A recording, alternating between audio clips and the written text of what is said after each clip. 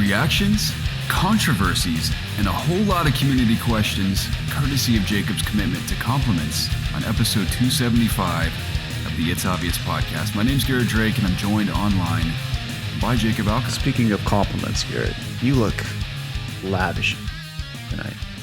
You were glowing. Thanks, Jacob. Likewise, I don't know if I'd use lavishing. I'd say tonight you look luscious, moisturized, especially. Moisturized. Yeah. And I don't know about that. You look just as beautiful as always. Thank Love you. that tank on. You have beautiful traps, by the way. No, I'm sure you've noticed, but your traps are in shape. Thank you.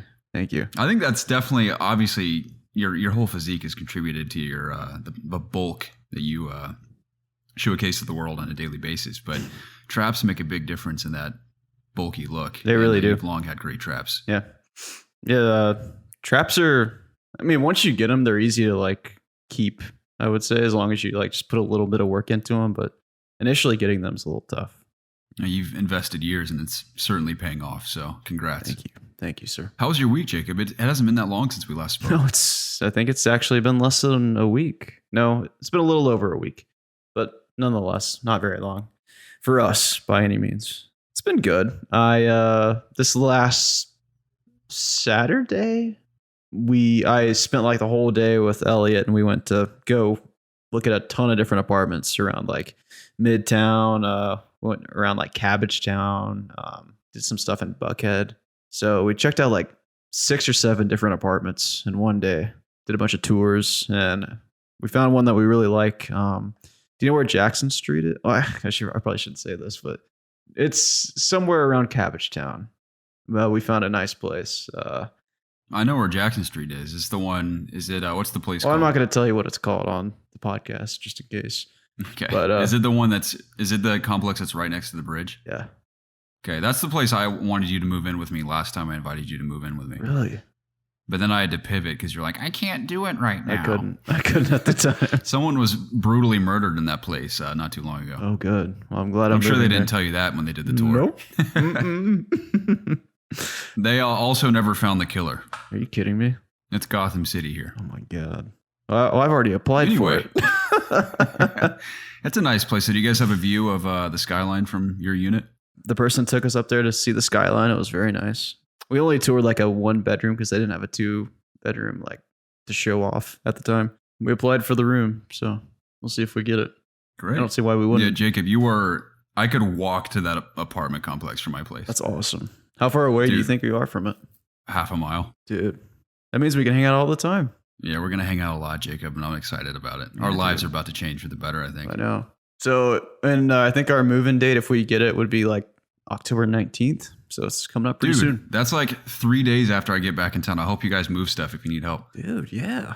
I'll definitely use you. Of course. I mean, why would I not? We're practically neighbors now. We are neighbors. Pretty much, yeah. And then I can, treat you to a nice meal. I wouldn't stop you from doing that, Jacob. I'd just love to see you. So I'm excited, man. That's awesome. Thank you. The main thing that we really like about that area is just there's a lot going on around that area. There's a lot of stuff to walk to. It's in the heart of downtown of Atlanta, so a lot going on, and apparently a lot of crime in the area too. Yeah, there's plenty of that for sure. So hopefully we can avoid that in every direction in the city. Yeah, true, to some extent. That's probably the biggest thing that happened over this last week. Other than that, I played a little hints of video games here and there. Mostly been working, of course, and working out. What about you, man? What have you been up to? You and I have been leading very similar lives, Jacob, minus me hunting for an apartment for the time being. I also worked out. I worked and played video games this week. I think the most notable thing was I went to Brooklyn for a little over 24 hours for COD Connected to cover the Session Skate Sim launch event. It was a lot of fun. Got to go to Substance Skate Park. Got to meet a couple of semi-pros. Bunch of people I hadn't heard of, but they killed it. They were very skilled, super nice people. The one developer I spoke with, his name's Jeff Spicer. Really cool guy, super knowledgeable of the game, was able to give me a super good and concise overview of gameplay and the history of the game. Because I was a little out of touch, because I could have sworn the game came out years ago, and it technically had, because it's been in early access and stuff for years at this point. But the 1.0 version launched on the 23rd or 22nd. So a few days ago, as of recording this podcast, but that was just a fun experience. Got to see a little more of Brooklyn. I hadn't been there since 2 weeks before COVID took over the planet. I was there in February of 2020, like tail end of February. So I got to see an old friend who took me around the neighborhood and went to a few cool spots. Nice. And I just really enjoyed my time there. And of course, this is no surprise to anyone, but I was immediately reminded that New York is and forever will be an infinitely more interesting place than Atlanta, Georgia. Okay, do you think that's because you've spent so much time in Atlanta, though? I think just objectively, New York is just, I mean, not that there aren't interesting people in every city in the world. The people you meet there, and then the establishments, and of course the city itself, and just sort of the mood of that town. I'm sure it varies day to day, but like I've spent a decent amount of time in New York City and in Brooklyn at this point to know that I definitely like it there. I wish I had more reason to spend more time there, but work only takes me there, if I'm lucky, once a year. Yeah. Grateful I got to do that, but that was probably the most notable thing outside of my normal day-to-day routine, you know? It's pretty cool. I saw your Instagram story. Was that like footage that you shot yourself? Yeah, it was a little clip of the full video that I put together for COG. Right. So had fun working on that. Just it was funny too. It was kind of the timing of it was cool because I've been wanting to shoot skateboarders in Atlanta recently, and because I see a lot more of them in my area than normal, and I can easily just like run outside with my camera one day and just film them doing stuff. But hadn't caught them recently, and then this opportunity popped up. Got to go film some relatively notable skaters. It was fun, man. That is cool. Anything new on your end? You want to talk about what we've been playing? You can jump right into what we've been playing. Nothing too much more interesting over here for me. Dope. Tell me, Jacob, what have you been playing? Not a whole lot new. I mentioned last time that I was interested in starting a new playthrough of Cyberpunk 2077 in light of hearing about the anime. Not that I've started the anime yet, which I do want to start soon. I think I'm sort of like waiting till House of the Dragon and Rings of Power sort of chill out a little bit so I can, because I'm watching those two shows and then I'm watching One Piece when I'm caught up on those shows. So that's pretty much, my plate's pretty much full at that point because One Piece never ends. So I'm kind of just waiting till I have less shows to watch before I start Edgerunners. But I'm very interested because every person that I see talk about it is they're raving about it. But anyway, Cyberpunk 2077, I started a new playthrough, started a Corpo playthrough. I'm probably about 2 hours in. Like, I really haven't played it that much. It's like really hard for me to jump into that game and really immerse myself right now. Because every time that I find myself wanting to play it, I only have like maybe 30 minutes to an hour. And that's really not enough time to really get immersed and sit down and, because you have to remember where you are, what's going on around you, and like where you are and what's actually happening. So every time I get back in, I have to remember how to use my loadouts, just like even play the game. It feels like, but that's my own fault, really. Maybe when I get back from my vacation, which I might not even take, by the way, because there's a hurricane heading to Florida right now. Zach just canceled his family vacation to Florida because of it. Yeah, so I'm supposed to be leaving 2 nights from now. So I don't know if yeah, you'd be riding the lightning for sure. If yeah, you drove right into it. I bet they're projecting that it's going towards Tampa, and I'm more towards like the upper Panhandle. So I don't know. I'm probably not going to go. Still get some rain. Yeah, it will definitely be raining pretty much the whole time. So I'm probably not going to go. Anyway, so maybe if I don't go, I'll have more time to try Cyberpunk. All right, Frosty. He asks, "Hey boys, long time no see. Playing Cyberpunk 2077 for the first time and watching Edgerunners. Edgerunners got me thinking.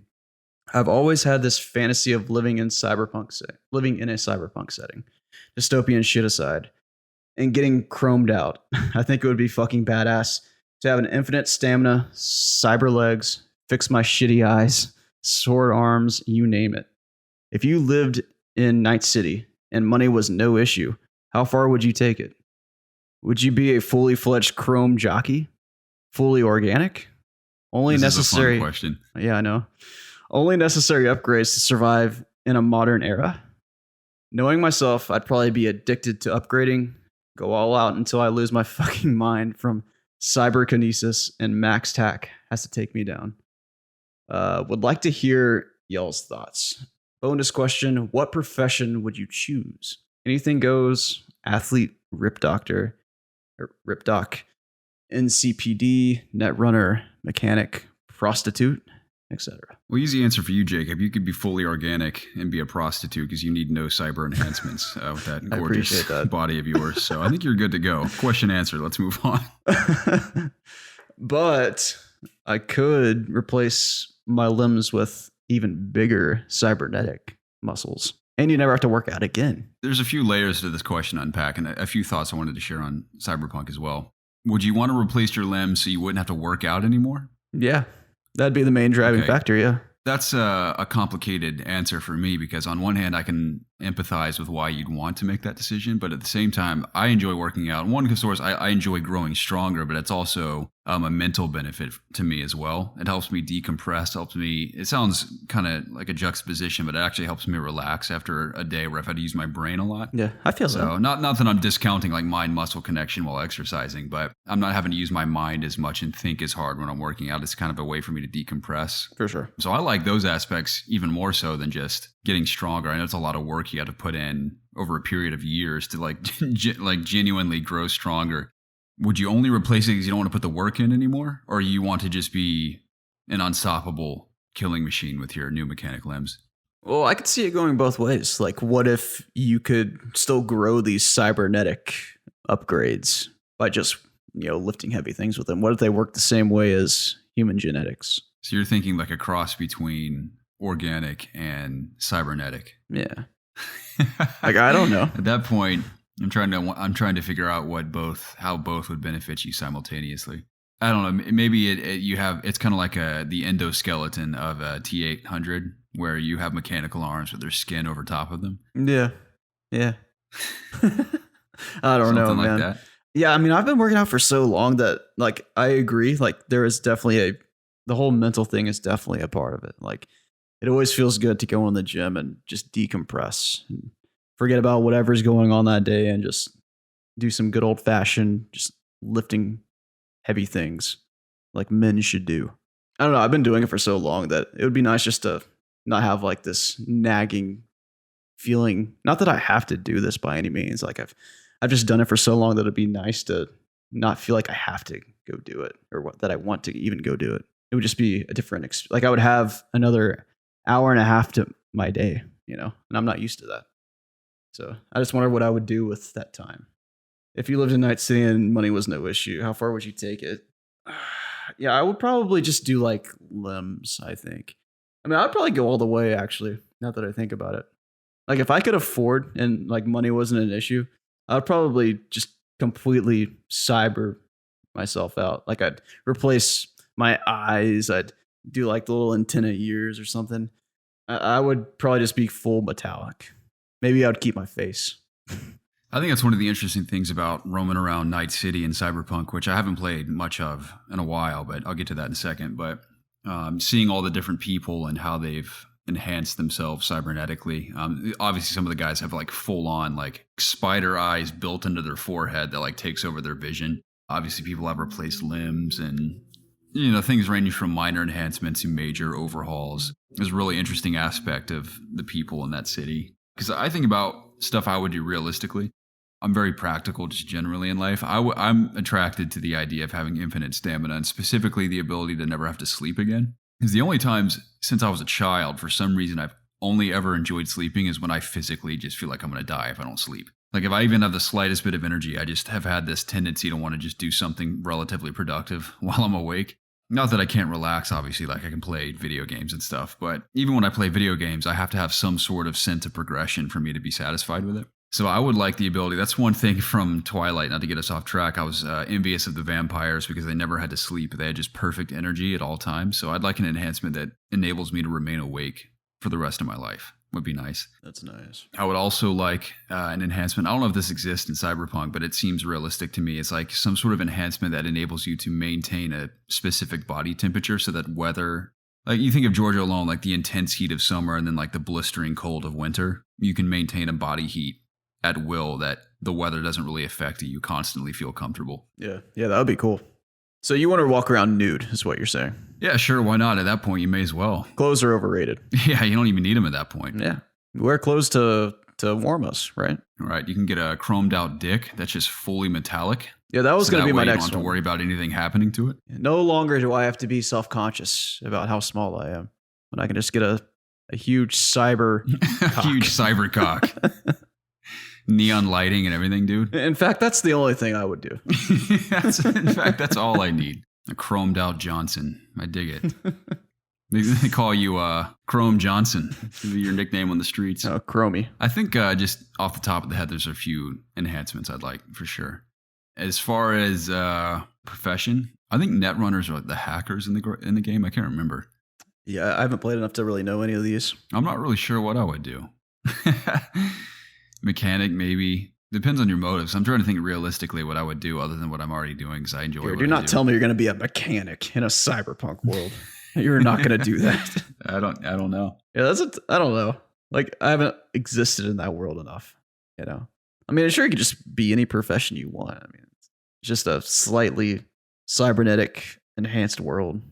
And it's not even like that far in the future. Yeah, I was going to say we're not far off from some of that being a reality. Not all of it, obviously, but like there are people that have all sort of, not technically biomechanical, but there are metallic pieces and a ton of people. I met a guy at the session event who had multiple metal plates in his head and his face. Mm-hmm. I thought that was really interesting. Yeah. I knew a guy who got kicked in the head by a horse when he was younger and has a giant metal plate in his head. My dad has a metal knee and like other metal parts in his head and his jaw and all kinds of places. So do you think like the metal part exists, but you know, like cybernetics in the sense that you could plug yourself in and update them as you would like a software update? Yeah. Doesn't quite exist yet, but I know Tesla's been supposedly toying with that. I'm sure there's other major corporations, the corpos, that are toying with that idea. Yeah, you always see those Boston Dynamic robot videos. There's no telling what they're doing. I always thought like the thing that they like how they put the little chips in their heads and they like see video and stuff like that in Cyberpunk. I always thought that was really cool. Now, speaking of that, I've seen the first 2 episodes of Edgerunners. Okay. Because I like anime, but I've had this really weird problem where I'm only watching it right as I'm falling asleep. So I'll catch maybe like 10 minutes of an episode and then I'll fall asleep.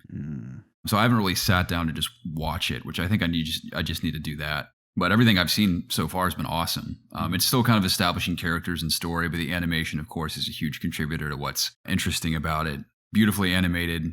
The music they've packed into it is also really good. So enjoying it. But one of the scenes, it's not really a spoiler, but there's a scene where a couple of the characters use their cyber enhancements to go through a train car and basically steal those chips out of people's heads without them noticing. And I thought that was kind of cool too. It is pretty cool.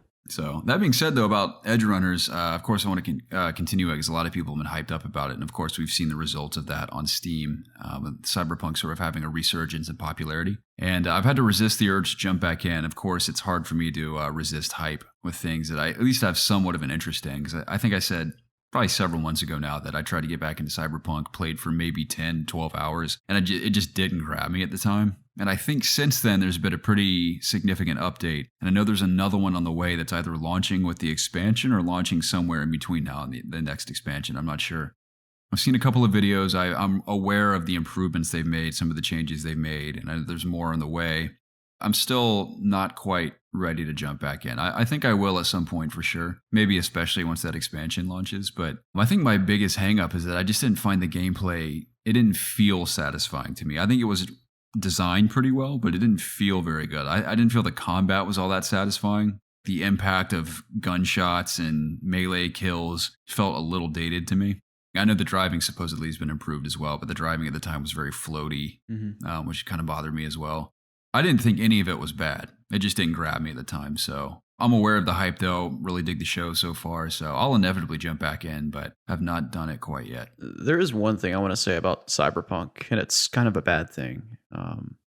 I found myself like going through the menus a little bit, and I was looking at basically the skill trees, and I really found myself like being extremely lost, or like not that I'm even lost. Like I understood what was going on. It was more so just the fact that like I don't know how I want to play the game. Like it's there. So you go into each one of the little skill trees, and there's a ton of different nodes, which a lot of people really like. Like I like big skill trees in like WoW, for example, which they're putting in the new expansion.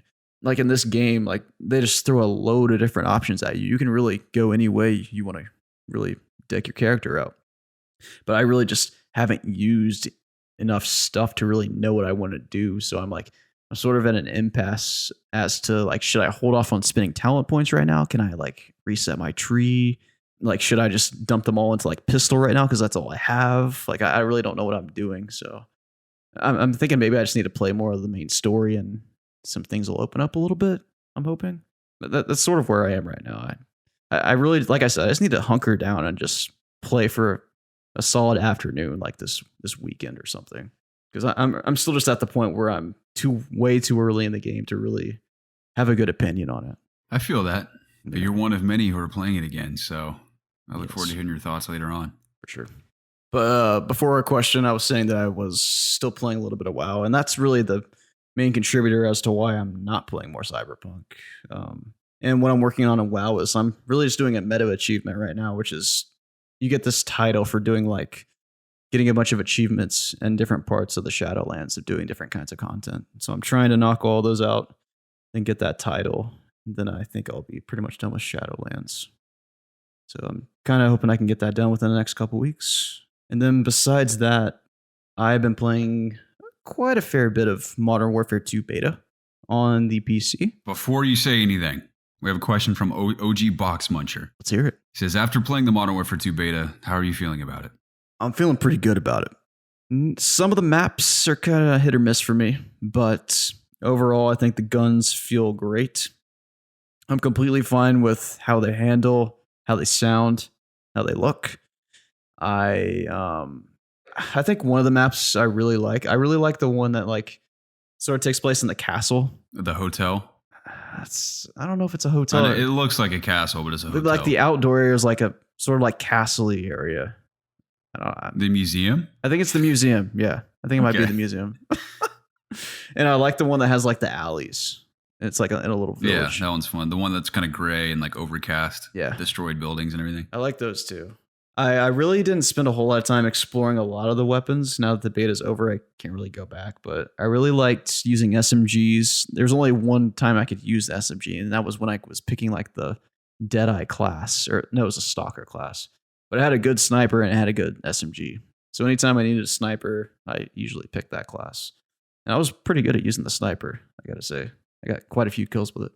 I mean, the game modes that I enjoyed most were probably Prisoner Rescue.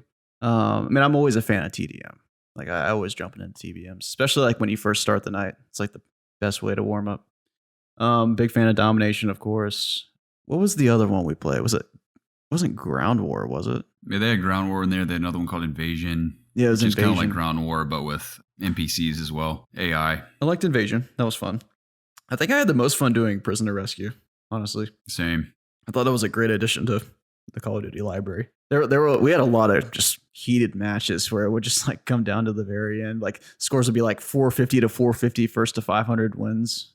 Sometimes you would be just down by a whole lot, and just because you rescued both the prisoners, you'd come back and win. I liked how in that game mode, the prisoner rescue gave you way more points than just wiping out the whole team. Yeah, it's like catching the snitch in Quidditch. Yeah. That game mode was a lot of fun. But I think I still just preferred like regular TDM. Like I've always been that kind of guy that just likes to see how many kills I can get in a single game and see if I can rack up some streaks. I remember the first night I was playing, I was not doing very well. Admittedly, I had a few drinks, so I wasn't in the correct state of mind. My gun was swaying. Yes, that's putting it lightly. My second night I did fairly better. Overall, I think the game's a lot of fun. I mean, I pre-ordered the game on a PC because I wanted to get into the beta early. I mean, I don't regret that purchase at all. I knew I was going to buy it, and just playing the beta solidified my expectations. Glad to hear, Jacob. So you're definitely pretty excited for launch day then? I am, yeah. I'm much more excited for this than I was. What was it? What came out last year? Vanguard? Yeah. That was the first Call of Duty I skipped in a very, very long time. I'm also excited for launch day for Modern Warfare 2. I have officially played between PS5 and PC probably around 30-ish hours, but most of my time was on PC by far. I probably played at least 18 to 20 hours on PC. I think the game feels outstanding to play. Like you said, I think the guns feel, especially on PC, only because I'm far more familiar with how shooters feel on PC these days than controller. feels outstanding. I didn't really dislike any of the weapons. Each one I played with I liked. I definitely have my preferences for sure. I've always been an assault rifle guy, so I'm usually rolling around with an assault rifle, but all the guns I used, I didn't feel like any felt totally unbalanced. The crazy thing is too, on PS5 I felt, man, maybe the time to kill is a little high, but then on PC I felt completely different. And I think it's also because a lot of other people had started experimenting more on Weekend too with their weapon builds. And I got to a point where my M4 didn't kill very well at all. Like I had to pound in like more than half a clip into people with an M4 unless I was hitting them in the head, which I've always appreciated in shooters, the skill-based type of FPS where hitting someone in the head deals significantly more damage, and it absolutely does in this game. I mean, chest shots deal a lot as well, but if you're hitting people in the head, they're going down pretty quick. All that said, a lot of my initial concerns have kind of gone to the wayside in Weekend 2. So let me pull up this list I have that a lot of people are complaining about, and I'm going to give my thoughts on each one for those that either love it or hate it with Call of Duty. Of course, we want to hear your thoughts as well. I'm going to address all the things that people are talking about most and what I think of them. A lot of people are voicing their desire for a normal minimap. I'm at a place where I could take it or leave it. I completely understand why people want a normal minimap, but I've gotten to a point where I've played enough on the maps in this beta that I know the maps well enough, and I eventually got to a point where I could expect where people might be camping around certain corners, and I had no problem navigating these maps by the end of Weekend 2. I also love that calling in a UAV is significantly more impactful without red dots constantly appearing on the minimap. And I also found it more immersive personally to have to really focus on my environment and audio. I know not everyone can rely on audio, but I hate to be that guy. It sounds harsh, but you can't please everyone. Like I know some people are hard of hearing, but like video games cater to like the vast majority of people before they do the individuals. I think everyone should have a chance to play every game. I'm not discounting accessibility, but you can't discount the masses for like the few, unfortunately. Yeah. So I know I might be jumping ahead on your list, but the audio in the game is phenomenal in my opinion. Like it's sick. I heard so many people, because you were so loud when you sprint. Like it's so freaking loud. Like if you just sit still for a second, you can, like if you know the maps, you can just kind of tell where people are around corners if you just have played them enough, and you can kind of imagine where they are and you can prepare and plan ahead. Yeah, speaking of both the minimap and the footsteps, I like that the UAVs and even the counter UAVs make a huge impact on the flow of gameplay. Mm-hmm. And I've never been a camper. The only game modes I will sometimes sort of camp in for maybe more than 10 seconds are game modes like search and destroy or prisoner rescue. But that's only if I'm like strictly defending a particular point. But otherwise, I'm like sprinting around like a madman. Even without red dots appearing on the map when enemy teams firing their weapons. I personally, I know not everyone likes this, but I actually liked, like Infinity Ward describes, like I like seeking out the gunshots personally and running toward the fight rather than being glued on the mini-map the whole match. I've always preferred when a game can find a way to help you focus on the game itself rather than like indicators. Now that's another example in Call of Duty that I've never like consciously disliked, but it's something after playing 2 weekends of this, and a lot of 2019 is very similar, of being able to focus and like rely on like the immersive experience of like guns firing and knowing the maps and like having a knowledge where people may or may not be camping or where people could be spawning. That's more enjoyable to me than just solely relying on like the convenience of, oh, there's a red dot on my map, someone's firing over there, let me run that direction. I'd rather hear it and run toward it myself. And the footsteps, I'm sort of in the camp that I still do think they are just slightly too loud. I posted a clip on Twitter a little while ago of me just going on this gun spree. And the only reason I went on that gun spree is because, one, the audio is phenomenal, but the footsteps are so effing loud that I heard all of those guys coming. Yep. So I knew exactly where to run to. But that's one thing that's kind of a double-edged sword, because on one hand, I liked that. Didn't have to look at my minimap once. I heard them and just ran around and like knew where to find them. But on the other hand, if they weren't quite that loud, it may make me think twice. I don't know. It's kind of a complex situation because people definitely camp because of the footsteps. I can't deny that. I've definitely experienced that. But I cared about it less once I understood the maps and how to deal with those situations. I personally can live without the red dots in the map. I know not everyone's going to like to hear that, but I had a great time by the end of the weekend having knowledge of the maps and all the game modes. I still think team deathmatch is not for me. I've had some good team deathmatch matches for sure, but it's mostly a bad experience because the spawns, even if you know where people are going to spawn and like can kind of guess based on where people are dying, it's still just complete chaos. Mm-hmm. It's like people constantly behind you and like all around. It's like you can't really have a sense of like how to best approach a team deathmatch in Call of Duty. I've always preferred objective modes. I'll even take domination any day over team deathmatch because I feel like it just flows more Not in a way that necessarily benefits you individually, but there just seems to be this way that it flows that makes it more satisfying to me. Yeah. Anyway, I won't comment too much on the game modes because I think I talked about it last week a little bit, but I think Prisoner Rescue is also a ton of fun. Like you said, we had a lot of close calls, and those led to some of the most exciting matches we had by far. The normal perk system. Since day one of Call of Duty, specifically beginning with Modern Warfare way back in the day in 2007, I've never noticed a massive difference. Actually, I take that back.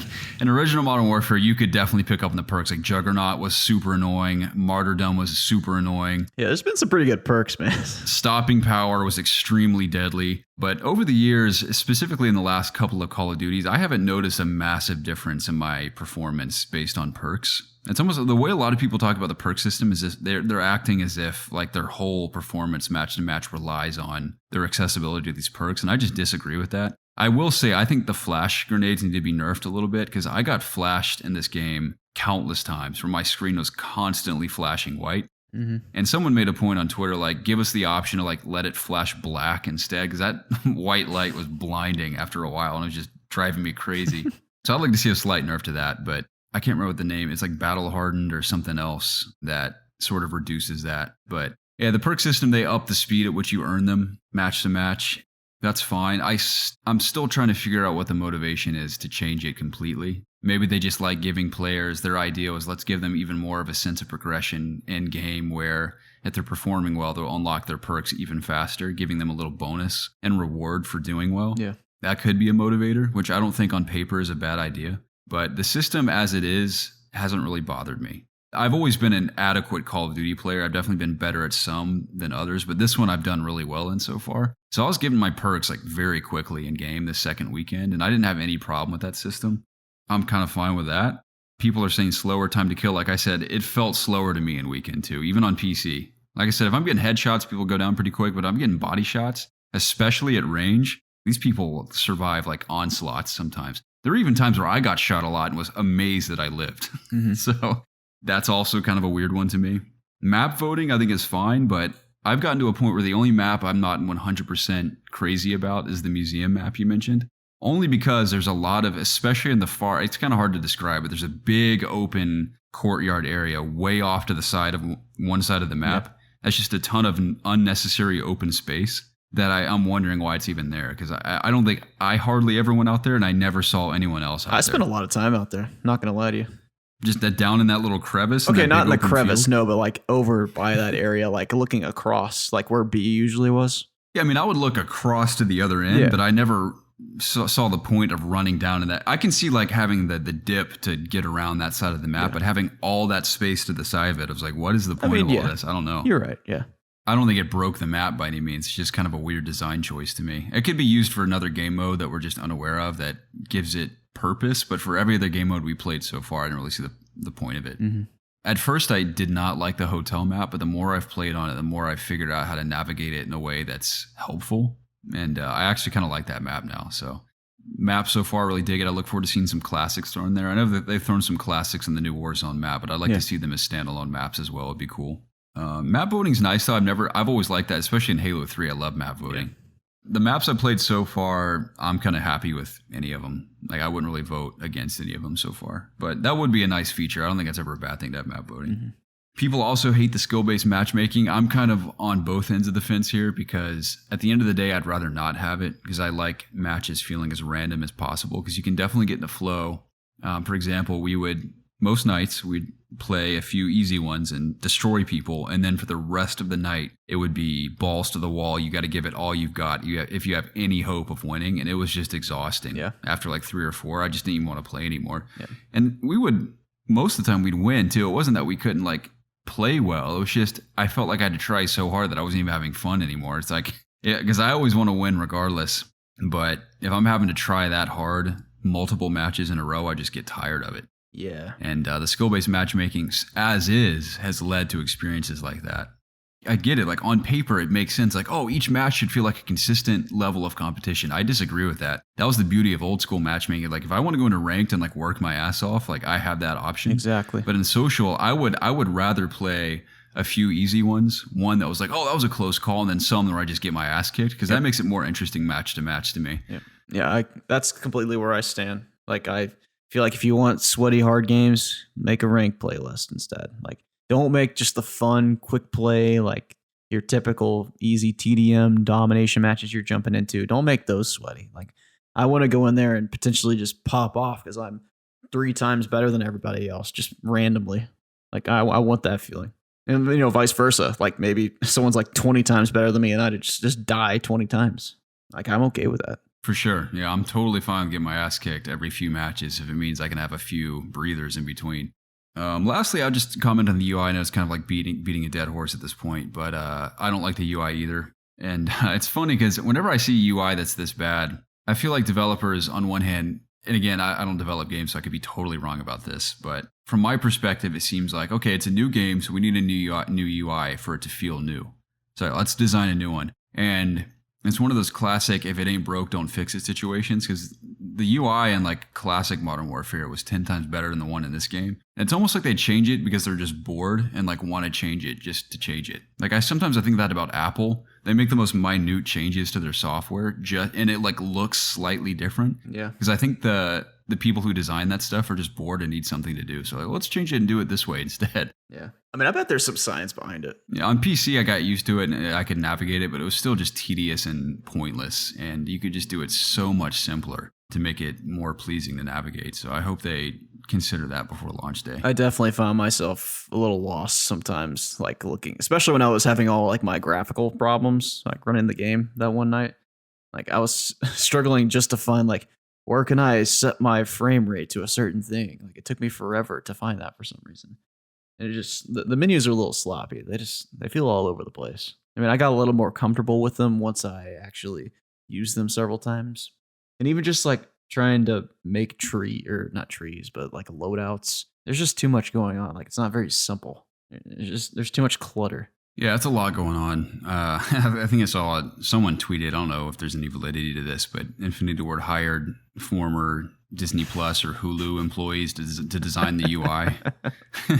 And if they were joking, like it's pretty accurate because it definitely felt that way for sure. It didn't break the game for me. It's kind of whatever, but yeah, I mean, I didn't have much more to say after last week, but overall, I'm very happy with it. I wouldn't, again, all the things people are complaining about, like lower footstep audio, red dots in the minimap, classic perk system. If they decide to do that, it wouldn't hinder my experience. That's fine, but I also don't dislike the game in its current state. So I don't know what they're going to do about that. I'm very excited for day one. Looking forward to the campaign. That's what I'm excited about, is that there's a million studios contributing to this. So within the first 2 weeks, we have a full campaign. We have standard multiplayer, all the fun modes within that standard multiplayer. We have Warzone 2.0. We have DMZ. So a lot to look forward to. On the negative side, one thing I forgot to mention was I only had a few crashes on the first day of the crossplay beta. But after that first day, those were dealt with. But one glitch that I constantly had was at the start of every match, I would drop frames like horribly for the first 15 to 20 seconds. And then I would maintain like 110 to 130 for the rest of the match. But for the first 10 to 15, 20 seconds, I would lag really, really bad. And that didn't happen on PS5. It was only PC. So hopefully that's sussed out. But to be expected in the beta, of course. I didn't have that. That's how I feel about it, Jacob. I'm glad we're mostly positive. So I'm pretty stoked for launch. I'm definitely excited. A little under a month away, too. You been playing anything else? Nope. That's it for me. Okay.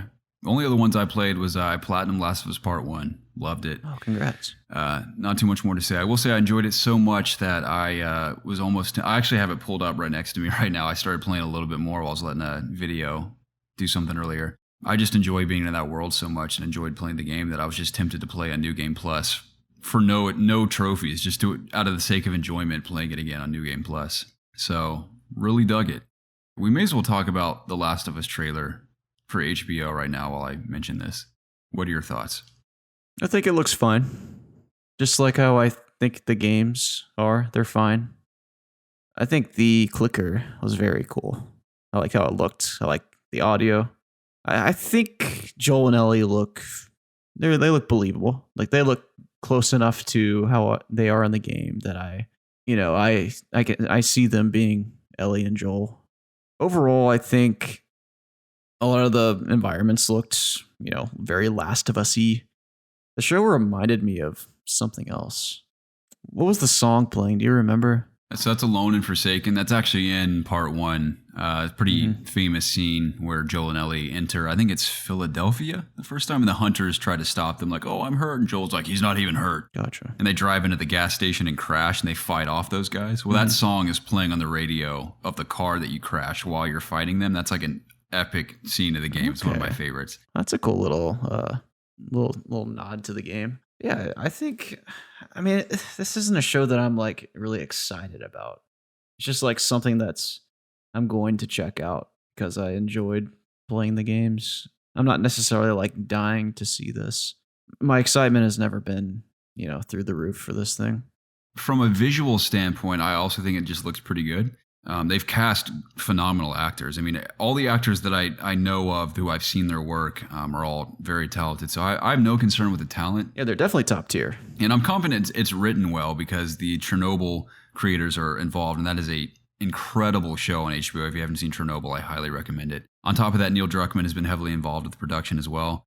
The source material. I mean, the game itself is, in my opinion, practically flawless, especially the first one. So a lot of the beats are there. You just kind of have to fill in the gap for a TV show. And honestly, condense a lot of it because a TV show is, even after 8 to 10 episodes, will still ultimately be a bit shorter than the game itself. What I'm most looking forward to with the show is how they will slightly interpret things a bit differently and present them in a different way. Because I think as a big fan of the game, and then I think of others that have not played the game that will be experiencing the world of The Last of Us for the first time, I think you can satisfy both audiences if you're very careful about it. I think with Druckmann involved, there's a high chance of things being, like all the beats being the same, all the major story points, but in maybe slightly different locations or under slightly different circumstances that still make it just as compelling and as impactful as the game, but make longtime fans of the game experience it in a new light, and then new fans experience it but kind of have the same impact. And there are multiple examples. There's a shot where Ellie seems to be comforted in the scene where Joel finds her after she's fought David in part 1. They're like outside in the snow. My mind wanders of like how she ends up out there, and there's like multiple ways you could do that. But just comparing shots from the game to that scene in the show is already different. The trap that Joel and Ellie seemingly end up in Billstown is different from the game, but the same idea. Like he finds them in one of his traps in the town. So there's like different ways you can interpret it. And then speaking of that, like Pedro Pascal and the guy playing his brother are both Hispanic actors. I think it's a cool, interesting twist on Joel and Tommy being of Hispanic descent. And I think Sarah is also a Hispanic actress at the beginning. I think that's kind of a cool idea as well. The only concern I have, and hopefully there's no validity to my concern, but we've seen one full line delivery. I think it's Joel saying, you have no idea what loss is. Like same from the game and in the show. We've heard lines from other people, but they're off camera. It's like different shots while people are speaking in the trailer. We have yet to see a single line from the girl playing Ellie. And that kind of concerns me a little bit. Really? And that's the thing. She's great in everything she's in, especially Game of Thrones. Clearly, she's a great emotional actress as well. Like you can see it in her eyes and all these scenes. Like visually, she looks awesome. Yeah. But we've yet to hear a single line delivery. And Ellie is an amazing character. You think about just her quips, her sense of humor, her ferocity when she needs to be brutal. There's so many layers to Ellie as a character that are like, I'm assuming that if she was cast in this role, she has the capacity to really fill. And if they continue on with part 2 with this show long run, like that's what I'm most interested to see, because Ellie is a monster in part 2. Absolute monster, like total. I mean, same character, but her journey in that game is just next level compared to the first one. Mm-hmm. It looks like we're getting Left Behind, the DLC in the show, which I'm assuming will be a full episode, which makes sense to me. So I just look forward to seeing what they do to present the story that I know and love, and then other fans of the game know and love, but sort of experimenting with maybe additional scenes that weren't in the game that contribute to character development and plot progression, and then even reimagining a couple of scenarios to give new light to them could be also kind of exciting. So, but even like the stuff that's in that trailer is very familiar. A lot of familiar locations, characters. I love that shot of Boston with the two buildings that are leaning on each other. That's from the game. That was sick. That was cool. Clickers look great too. Probably a mix of practical and visual effects. I'm very excited for it. It's in very good hands. Even just knowing who's involved, and even on the one trailer alone, I'm pretty confident it's going to be a solid show. I'm just hoping it's a really, really good show rather than just, oh yeah, that was pretty cool. Yeah. Well, I hope you're not let down, my man. Same, but that's the thing. It's like I love the game so much that the show is kind of mediocre. It's not going to bother me. It can't be worse than the Halo show. I know that for sure. That's kind of the funny thing is that Edgerunners has resulted in this huge influx of Cyberpunk players. The Halo TV show did no such thing for Infinite. So Poor Halo. it just goes to show the impact that additional medium can have on video games if it's done well. Yep. I'd be lying to you if I said the Castlevania animation didn't give me an interest in seeking out some cool Castlevania games. I didn't actually end up playing any, but the show definitely, I garnered an interest in that IP significantly after the show. Well, I bet you if there was a new Castlevania game that coincided, like, or at least came out around when a new season of that show was releasing, it would have definitely blown up. Yeah, for sure. Yeah, I think so as well. I know Bloodstained Ritual of the Night, I think it was called. It was the spiritual successor to Castlevania. Did fairly well. That was one of the first games that I played on my Switch. I'm going to need a good Switch game as well. You kind of put out that call to action last week. Did you get any answers? I got one person saying that I needed to play Metroid, not Prime, the new Metroid on Switch, and I do need to go back. What's it called? Dreadnought or something? Metroid Dread. That's what it's called. Yeah, I've heard Dread's awesome. So I'm going to spoil Larrick early. He wrote in a question, but I'm going to give him a compliment right now. He was able to secure me a copy of the collector's edition of that game. So I have an awesome art book for Metroid Dread. It's over here on my coffee table. I keep my art books on my coffee table, but it is cool as hell. I owe it to myself to go back and play through it, or at least finish it. I got through like 3 bosses. Then I got distracted by something, but it's such a cool game. So I'll probably end up playing that if I do end up going on vacation. Maybe I'll do that as well. It sounds ridiculous, but I may replay Resident Evil 4 again on Switch because it's on Switch. Mm-hmm. Because I'm going to be out of town for just under 2 weeks and a lot of hotel stays, a lot of flights. So I'm going to need a good Switch game to play. Part of me wants to replay Mario Odyssey again. Oh my gosh. That's such a good game. I loved playing that. And I haven't played it since the month or 2 it released. Just play through Breath of the Wild again. I don't know, dude. I don't know if I'd enjoy Breath of the Wild a second time. You don't think? It was an incredible journey, and I loved every second of it the first time I played it, but I can't really imagine myself, unless I experimented with my playstyle, because I've seen just the craziest clips from people in that game over the years. Yeah. That if I got kind of wild with it, maybe I'd enjoy it again, but I don't think I'd enjoy it as much the second time. It is a lot of game. Like, there's a lot there. The fun of it for me was the sense of discovery. There's so much to discover the first time you play. Yeah. And even discovering how to like get the Master Sword for the first time, a lot of the shrines. So I would no doubt have fun with it, but it wouldn't be the same. I remember the first time that I like just looked out into the world in Breath of the Wild when you like go up to the ledge and you just see everything. It reminded me a lot of like Skyrim when you first like walk out of that cave or whatever. Like you could just go anywhere. Like, I love that feeling in a game where you can just see stuff and you're just encouraged to just go explore, go do what you want, see what happens. I love that. See, I'm waiting for an open world RPG experience to hit me like that again, because nowadays when I have that experience in games that try to give you a similar impression at the beginning, I'm almost just immediately exhausted. I'm like, oh, here we go. Yeah, I feel that. So I'm like kind of beyond that feeling. I'm waiting for a game to give me that sense again. I even think about, this is really sad to say, but I've thought about, what's that game called from Bethesda? Fallout? The new one. No, the space one. I can't even remember the name. It's not No Man's Sky. Space Force. Space. I can't remember the name, dude. What is it called? Oh, God. Because they've been so quiet since they showed it off. Don't look it up yet, dude. I want to try to guess. This is hilarious. It's on the tip of my tongue, dude. Crap. I can't remember. What is it? You want to know? Yeah. Starfield. Dang it. I would have never remembered started with an S. That's pretty bad. I've already thought of how like just it's starting and like this whole galaxy to explore. I'm like, it's like the gameplay's got to be amazing for me to really get into a game like that again. I hope it is, man. I want to like that game a lot. Yeah, I've been 10 times more attracted than linear games, of course. I'm fine with a little like spread out. Like Last of Us Part 2 is linear, but it gives you more room to sort of explore and do stuff on the side. Whereas Part 1 is extremely linear in comparison. So I'm on both flavors right now. One of the other games I'm playing right now is I'm replaying BioShock for the first time in a long time. On PC specifically, and I'm loving every second of it. I mean, I've always known the game's a masterpiece. Even when I was a kid in 2007, I loved that game. But of course, playing it with a vastly more mature mind than the first time has also made it more interesting. And loving that. And that's also, I mean, there's side paths and like things you can discover, and there's a lot to enjoy in each level, but it's for the most part also very linear. And I've just not been at all attracted to open world games as of late. So maybe that's what's really deep down subconsciously scaring me away from Cyberpunk. Maybe. I know you can play that game in a linear fashion. You can follow the story, and it's not that it has to be a just fully open world game the whole time, but yeah, that's part of it.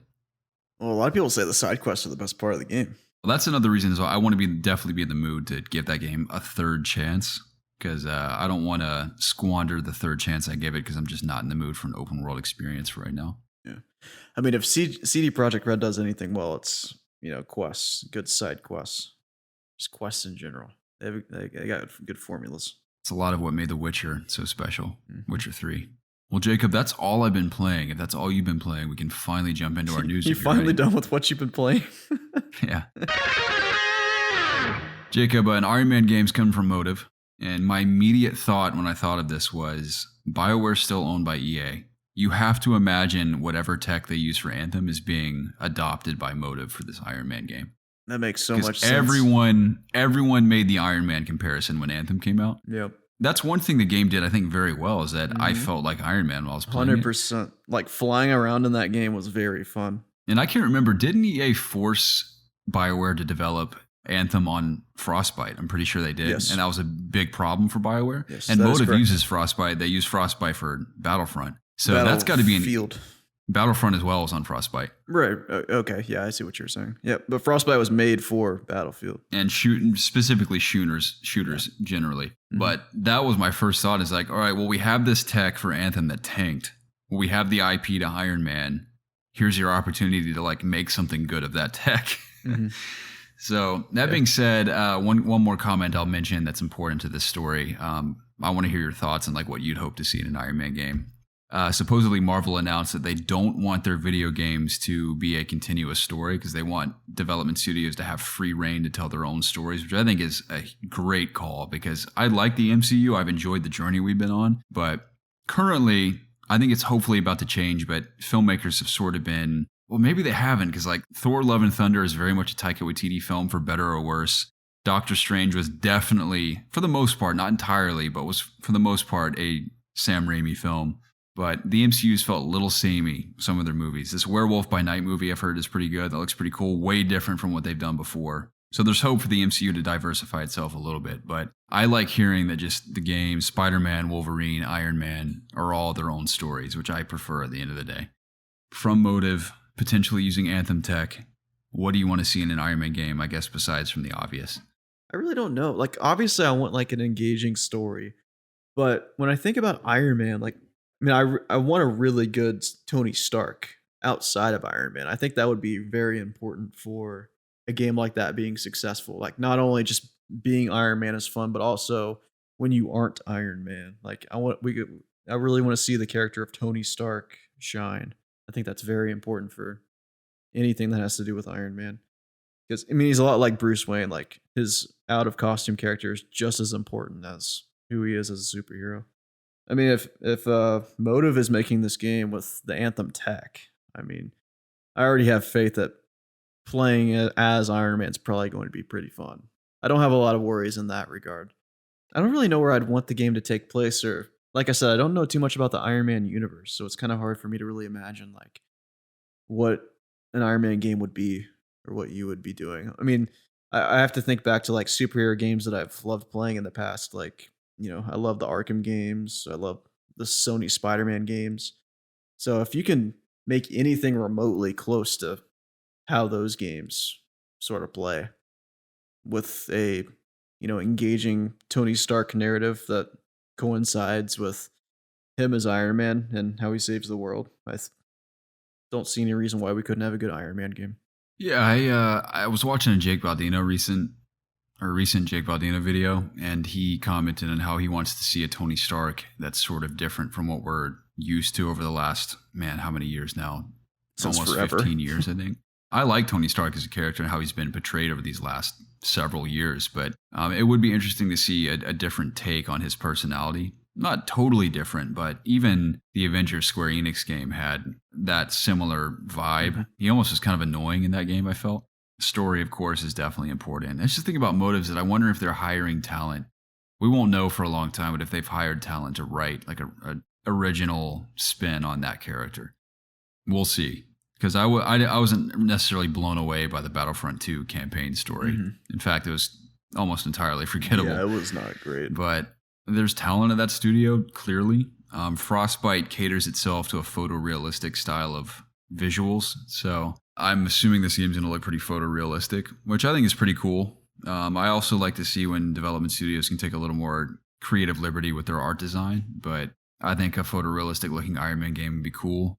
I'm trying to think in terms of gameplay what I'd like to see. I think open world could work. Even like hub worlds could work if you're going around the world. Maybe go to space for some of it. Of course, you'll have rockets, you'll have machine guns and a variety of cool weapons and maybe combos they give them. Of course, an armor customization feature would be cool, a weapons customization. I can already see like he has his lair at wherever he's hanging out where you can just build your armor and paint it however you want and make it your That'd own. be cool. Anthem was very similar. Yeah, that's a So- good show. I'm trying to wonder, like, because Anthem's gameplay was kind of, I didn't think it was necessarily bad. I mean, obviously it didn't grab me, but you fight aliens and like heavy creatures and you fly around and then you're on the ground sometimes shooting machine guns and You rockets. fight like a few aliens. There weren't very many. I mean, you can kind of imagine already just thinking about Anthem and then Frostbite, how it'll kind of look and feel potentially, but it's all the gaps in between. It's like up to Motive to figure out what'll be most interesting. So I look forward to seeing what they do. I'm glad that they get to write their own original story. It doesn't have to connect to anything else. So cool opportunity for them. And I hope it turns out great. Ultimately, though, as long as just the moment to moment is fun, flying around, shooting stuff, I think that's what's most important. You think about Insomniac developing Spider-Man. I think they said they worked on the web swinging before anything else because they knew that's what you're spending most of your time doing in the game, which is so true. And they've nailed that. And I'm someone who is hoping they take it even further in the sequel. We've yet to see that, but I love the web swinging of that game. And that was what they recognized as most important. So hopefully Motive's taking the same approach with Iron Man, is that you're spending most of your time flying around shooting stuff. So that's got to feel and look amazing first and foremost. Yes, sir. In terms of gameplay, at least. So I don't really think I can comment on much else, but I'm a very optimistic person. I hope for the best. And we'll have to wait and see. Well, speaking of superhero games, Viva La Vida wrote in and says, "Hello. Hello. Really glad to see you boys are back doing content as regularly as possible. My question is, Monolith announced they're doing a Wonder Woman game where they plan to use the Nemesis system. What are your thoughts on this returning and how do you see it working?" After you, Jacob. I have no clue. I can already see it. This game could be incredible. I liked Shadow of Mordor. I never played the second one. I can't remember what it was called. It was called something else of Mordor. Like Wars of Mordor or I something. think the second Can't one was remember. called Shadow of Mordor. Shadow of Mordor was the first one. You sure? The second one had a slightly different title, yeah. Anyway, I think those games are sick. I just never really got heavily into them, but the melee combat was so much fun. It was like Batman Arkham with extreme gore, and he also had these supernatural abilities you could mix in, so I thought the combat was sick. And of course, the Nemesis system, I think they patented that, which is uniquely theirs, so that's kind of a good thing and a bad thing, but it's a whole nother conversation. But I could see Wonder Woman going up against like gods, basically, because she's a demigod, if I'm not mistaking her character. I'm not a Wonder Woman expert either, but I can see her going up against kind of like God of War. You think of God of War going up against other gods in God of War 3, that'd be kind of sick if the Nemesis system is like that. There's like lower tier gods and maybe demons she's fighting are like the main bosses in the game. There's of course of minions of all these people. Yeah. But I could see Wonder Woman going up against people like that. I think a gameplay, of course, the sword combat itself is done already. Like it's great in the Mordor games. My only question is if she's fighting more supernatural enemies, if they can keep the gore in there. I think it'd be cool if Marvel allowed Monolith to make a really brutal Wonder Woman game where she's like cutting off heads and limbs and stuff with her sword. Mm-hmm.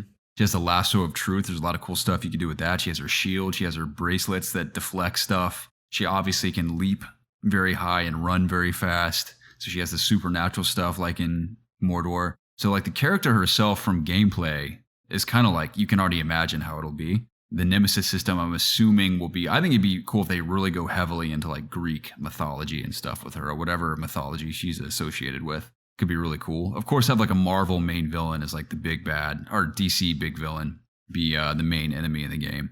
I feel like there's really high potential with a Wonder Woman game. I think Wonder Woman's a cool character, and Monolith made great Lord of the Rings games. So I think this just makes a ton of sense. What do you think? The second game was Shadow of War, by the way. I wanted to clarify that because you were right. I would say the Middle Earth games were great games. I think they had a cool system in the Nemesis system, but I wouldn't say like they were that fun to me. Like, I think the first one was better than the second one, but for me, it just got old really quick. It never felt like that it really paid off in the end. Like, it wasn't that interesting to me. It was more so just being in a Lord of the Rings game again, which was why I liked the first one so much. I didn't play the second one, so I can't speak to it. I mean, I'm not really that interested in Wonder Woman. I'm going to be completely honest. It's not that I don't think she's cool. It's just that I don't think she's that cool. I mean, she's cool in a sense, like she's a badass. She has these, superpowers. She's very powerful. But I haven't even seen the movies. Like, I know nothing about Wonder Woman. So it's really hard for me to get hyped about something that I know pretty much nothing about. I don't know what you want me to say, Garrett. No, I was just wondering. I mean, that's fine. That's exactly what I wanted to hear. It's just your thoughts. Yeah. I mean, of course it has the potential to be good. I would certainly like to see a Wonder Woman game that is good. It definitely has potential. Yeah, I mean, I think Monolith was a great choice for whatever they plan to do with Wonder Woman. Just, I think the melee combat alone, plus the supernatural abilities that character has in the game, just, you can already imagine what they'll do with Wonder Woman. So I think just the potential is very high. And I'm not even like a diehard Wonder Woman fan. I like when I can see something that just makes a lot of sense, and you just have to wait and see how it's going to play out. So I think that's just a great choice of studio to develop a game like that. Yeah, I think I agree with that. Before I forget, I wanted to ask you your thoughts on, we don't have any really details at all, but just the Amy Hennig-led Captain America and Black Panther game that was announced a little while ago. You remember seeing stuff for that? No, I don't. Okay, I think it may have been in a Sony showcase or something. I can't remember, but it's Captain America and Black Panther. It's not T'Challa. It's actually his father. I can't remember his father's name, but it takes place during World War II, which I think is a great setting. Very cool. They have two other sidekicks as well. Yeah, I missed that announcement. I only caught the end of that state of play. Yeah, but Amy Hennig is directing, so in good hands, of course. Hopefully this doesn't get canned like that Star Wars game was. Yeah. But I think just on paper, that sounds great. World War II, Captain America, Black Panther taking on the world. I'm assuming either Hydra or Nazis, maybe a mix of both. Mm-hmm. So sounds sick to me. Yeah. I mean, supposedly it's going to play a lot like Uncharted, like action adventure, focused story. Oh, I'm all for that type of gameplay. So it sounds great. So a lot of superhero games in development. Mm. Speaking of superhero games, or IP, I should say, Disney supposedly wants Star Wars games to begin releasing every 6 months, according to an Insider Gaming article. And I'm thinking, man, in reality, that is possible, but it's also a high chance of most of them being terrible. Yep. Because think about all the resources you would need, all the studios you would need to maintain games releasing every 6 months, unless most of them are crappy mobile games. You would need a lot of studios contributing to that. So I think it sounds unrealistic to me. I'm not a part of the Disney Corporation or any of these game studios or publishers. So I don't know what is realistic, but that sounds incredibly unrealistic to me. Yeah, it sounds a little ridiculous. But I mean, they have been starting to, Ubisoft is making a Star Wars game, right?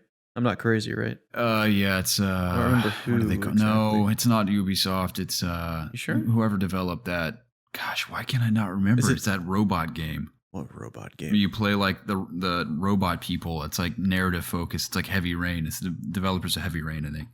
It's called Star Wars Eclipse. Let me see. I'm pretty sure Ubisoft is making a Star Wars game. Quantic Dream.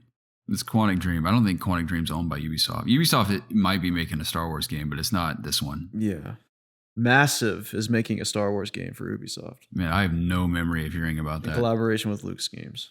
Yeah, this was announced like maybe a year back. Are there any details? No. It was just the announcement of they're making a Star Wars game. That's probably why you don't remember. But it was like a big thing because they were the first studio outside of EA got the rights to make one. I think didn't they do Division, right? They did actually. Yeah, you're right. Mhm. With the I'm looking here, the Snowdrop engine. So maybe we'll get a Star Wars game and sort of in the veins of the that Division. could be cool. Yeah, That could be kind of cool. I'd be open to that. yeah. I don't know exactly what that I'm would be. still waiting for someone to develop a really cool like racing sim for pod racing. Oh yeah, Like Forza, but for pod racing. It'd be cool. yeah, it'd be okay. I'd be into that for sure. I'd rather have Quidditch. Yeah, Quidditch would also be really good. I'd love to see a resurgence of Quidditch World Cup. Oh yeah. If I had to choose between a Quidditch World Cup game and Quidditch and Hogwarts Legacy, I'd totally go with Hogwarts Legacy. Really? Yeah, because I just want that immersive experience. Like, Yeah. I want to attend a Quidditch game. I want to play in a Quidditch game. It's a big part of it for me. It's a shame that it's not in there. So you don't want a fully fledged Quidditch game. You just want Quidditch to be a part of a greater narrative in a Harry Potter game. No, I mean, I would like to play like a full-fledged Quidditch game within that game. Right.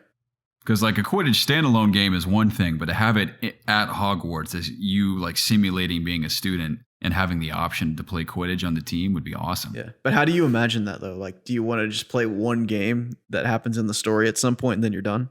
I told you, like, it's completely unrealistic, but my fantasy forever was you could try out for Quidditch, and if you fail the quest, you don't make the Quidditch team. Gotcha. Okay. Like, sorry, you can go to the Quidditch game, and my fantasy was like, hey, it's game day. Like, you're in the Great Hall having breakfast, doing whatever, talking to people. It's game day. You see people getting all excited. You can physically walk to the Quidditch pitch and watch the simulated game if you wanted to, or you can just select like skip, and it skips to the end. Yeah.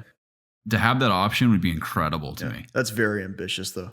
Exactly. Like my ambitions for Hogwarts Legacy have always been way over the top, but that's one fantasy I had. And then if you make the team, it's like Quidditch World Cup in Hogwarts Legacy, where you play full on Quidditch simulation style game within the game would be awesome. But I always knew it was a big ask. It's not. Can you imagine how much time that would add to a playthrough? Like a person that makes the Quidditch team than someone that doesn't. Yeah. Like double the game. It's part of the fantasy. That's the thing too. Like, I'm excited about whatever story they want to tell, but if the game was purely a Hogwarts simulator where there's no like dramatic narrative, it's like you're just going to school and then you F off and go back home for the summer. Yeah. Like, I think it'd be cool if you even graduate year one, go back home and there's like side questy stuff to do at your hometown, and like some time passes, then you go back for year two. Yeah. I would happily play that. So are Personally. you at all worried that Hogwarts Legacy is not going to be as much of Hogwarts as you want? Because it sounds like you really want to just have a Hogwarts simulation. Like, am I correct in assuming that? No, I said like I would be more than happy with just that, but I'm glad that they're packing more into it for sure. Because I get the feeling that, I mean, I don't know how long the game is going to be, but like it seems like it's going to start out a lot of, you're going to get the whole Hogwarts experience at first. I feel like as it plays out, you're kind of just going to maybe abandon some of that stuff. And it's going to like take place outside of the school a little bit, which, a lot of Hogwarts movies and the books, they sort of, the Harry Potter books anyway, they do that. I don't know. I guess I'm just wondering, like, do you just want to go through a year of school, or are you more interested in like trying to save the world? Like, does that make sense? Like what gets you really excited about this game that's coming out? I want to ask. Just being a Hogwarts student, Okay. Truly, like I said, like just the simulation side. But that's what's good about it, is that they've packed more into it that kind of elevates it. So yeah, I look forward to seeing what they're doing. But mostly just being at Hogwarts, going to class, doing whatever other random stuff you can do at Hogwarts, talking to students, exploring is a big part of it for me. I gotcha. Anyway, on to the drama, Jacob. We mentioned in our intro that there were controversies, so we're going to react to the controversies now. Yes. The GTA leaks, we'll get on to the Diablo 4 in a second, but did you see any of these GTA leaks? I did. I watched pretty much the whole video of all the leaks, like all the different snippets. What'd you think? Obviously it's very early on, but very interested in the areas that they were going to. Very, very Vice City-esque in some portions of the gameplay. I saw like so they were in a cafe and they were like robbing people. And all that seemed pretty cool. What did you take away from it? I had just the most vanilla reaction to it. I saw it. I was like, oh yeah, clearly real. Leaked gameplay, very early, totally unfinished, but I can already see that it looks like GTA, which is cool. It definitely got a bunch of like Bonnie and Clyde vibes. There's at least 2 or 3 of them. It seemed like a guy and a girl, I think. That's either been a leak or they've directly pitched. Is like that's sort of the inspiration for the story. But I think that's what Jason Schreier leaked. yeah, I didn't really have any like intense reactions. I could just tell it was early. I think someone found out that gameplay specifically was from 2019, which is forever ago. Mm-hmm. But even if they said the gameplay was from yesterday, I'd be like, well, it's clearly unfinished. I had zero concern about what it looked like or what it was performing like. And in fact, it was quite fascinating to see it like that. Yeah, because that's the thing. Rockstar, and they didn't directly develop the remakes or remasters of the GTA trilogy, whatever it was. That was a disaster for them from a PR standpoint. Anything Rockstar has directly developed themselves over the last 10 years or more actually has been practically a masterpiece. GTA 5, massive success. GTA 4, beloved. Even Bully back in the day was beloved. And then you look at Red Dead 2, which is outstanding in every regard. It's like they're not going to put out a game that looks like garbage or performs like garbage, clearly. And I think there's 2 layers to the people reacting negatively to this. There are those that are, and I think it's maybe 0.1% of people actually thought it looked bad because they thought it was like almost finished. The rest piling on, I think, are just trolls to get reactions out of people that are just saying it looks bad and terrible and they're worried just to annoy people. There's so much of that happens on the internet to get reactions out of like corporations and influencers and stuff. people are just memeing. Exactly. It's funny because like I have a lot of respect for game developers. I'll never be able to do what they do. They pour in years of their lives to develop these amazing experiences that for the most part we take for granted. Yeah. But the game developers that like get on their high horse and like, well, you know nothing. Like I'm a game developer and like you're an idiot for thinking this. I'm like, take a second and take a step back and realize these people are just trying to rile you up is all they're trying to do. That's a whole nother like pointless conversation, but I just thought it was hilarious on both sides to see people clearly just saying that to annoy others and then other people getting really defensive about it. It was really funny. Yeah. Hopefully this doesn't screw things up for Rockstar too much. Definitely sucks for them though. Like that's a big bummer. For sure. They're usually pretty good at keeping their stuff, pretty hidden. I wonder if we'll ever hear any more details. The latest headline was that some kid in the UK was arrested under suspicion that he may have been the hacker. If he was, they got him. We'll hear about it if he was. We'll have to wait and see if there's any more damage done or if that's the end of the story. I look forward to seeing whatever it is because I'm a huge fan of Rockstar, love GTA, so definitely a bummer situation, but I'm ultimately just still very excited to see the final product. Yeah, me too. What about these Diablo leaks, Jacob? What do you got for me? I didn't see these. Yeah, I also didn't see this. I just wanted to mention it that I think either the same day or the day after, Diablo 4 was also leaked. And this was leaked. So if I remember this correctly, someone was streaming their gameplay on the Family and Friends beta on Discord to another person in the call, like a friend or something. And that person took they recorded all the footage, then they released it. They leaked it. So whoever did that was like completely, they're so stupid. Apparently, like, a lot of people were impressed by the gameplay. I tried to find it anywhere, but everywhere I looked, it was taken down. But yeah, I can't really speak to it. I just wanted to mention that Diablo 4 also leaked. And I think another game leaked too, but I don't know what it was. Like last week, a bunch of stuff leaked for whatever reason. Yeah, and there was all that Twitch drama too that was just chaos. I didn't even keep up with all the details. I just saw people talking about it. It just looked like madness. Yeah, I know all about that stuff. One of the streamers that's like canceled right now was like one of my favorite streamers. So I looked into all that stuff a little bit. So wild. The internet, specifically Twitter, is a very unforgiving place. Yeah. There is no such thing as grace on Twitter. Truly. It is just a total bloodbath. I want no part of that, thank you. Yep. I don't really have anything else to say about Twitch. I think I'm just going to skip that. Do you have anything to say about Twitch? No. Apparently Twitch is like tanking, but I don't know if there's any truth to that. So people are thinking, or people are like just giving them a lot of crap right now. So first to put out good PR, they said that they're going to coincide with all this drama, they're banning like gambling from like streaming gambling on their website, I think in October or something. I mean, that's good because, Twitch is a platform where minors watch, and like it's good that, those young people won't be exposed to that on Twitch, I guess. I guess that's a good thing. At the same time, I don't really care that much. It never affected me. It's not something that I was interested in. I think gambling is very dangerous. I think you need to watch what you're doing. And I guess it's good that, young kids won't be exposed to it as easily on Twitch. And then like later I think the very next day, they released another news article in the middle of the night saying that they were going to change how their revenue split with their partners, which are the people that they like pay, or like all the successful people on Twitch, like the top 5%. So they used to have like a 70-30 split with their partners, and now they're making it 50-50 for pretty much everybody. So all the streamers are making less money, like 20% less money, and Twitch is making 20% more money just across the board. A lot of people are upset about that.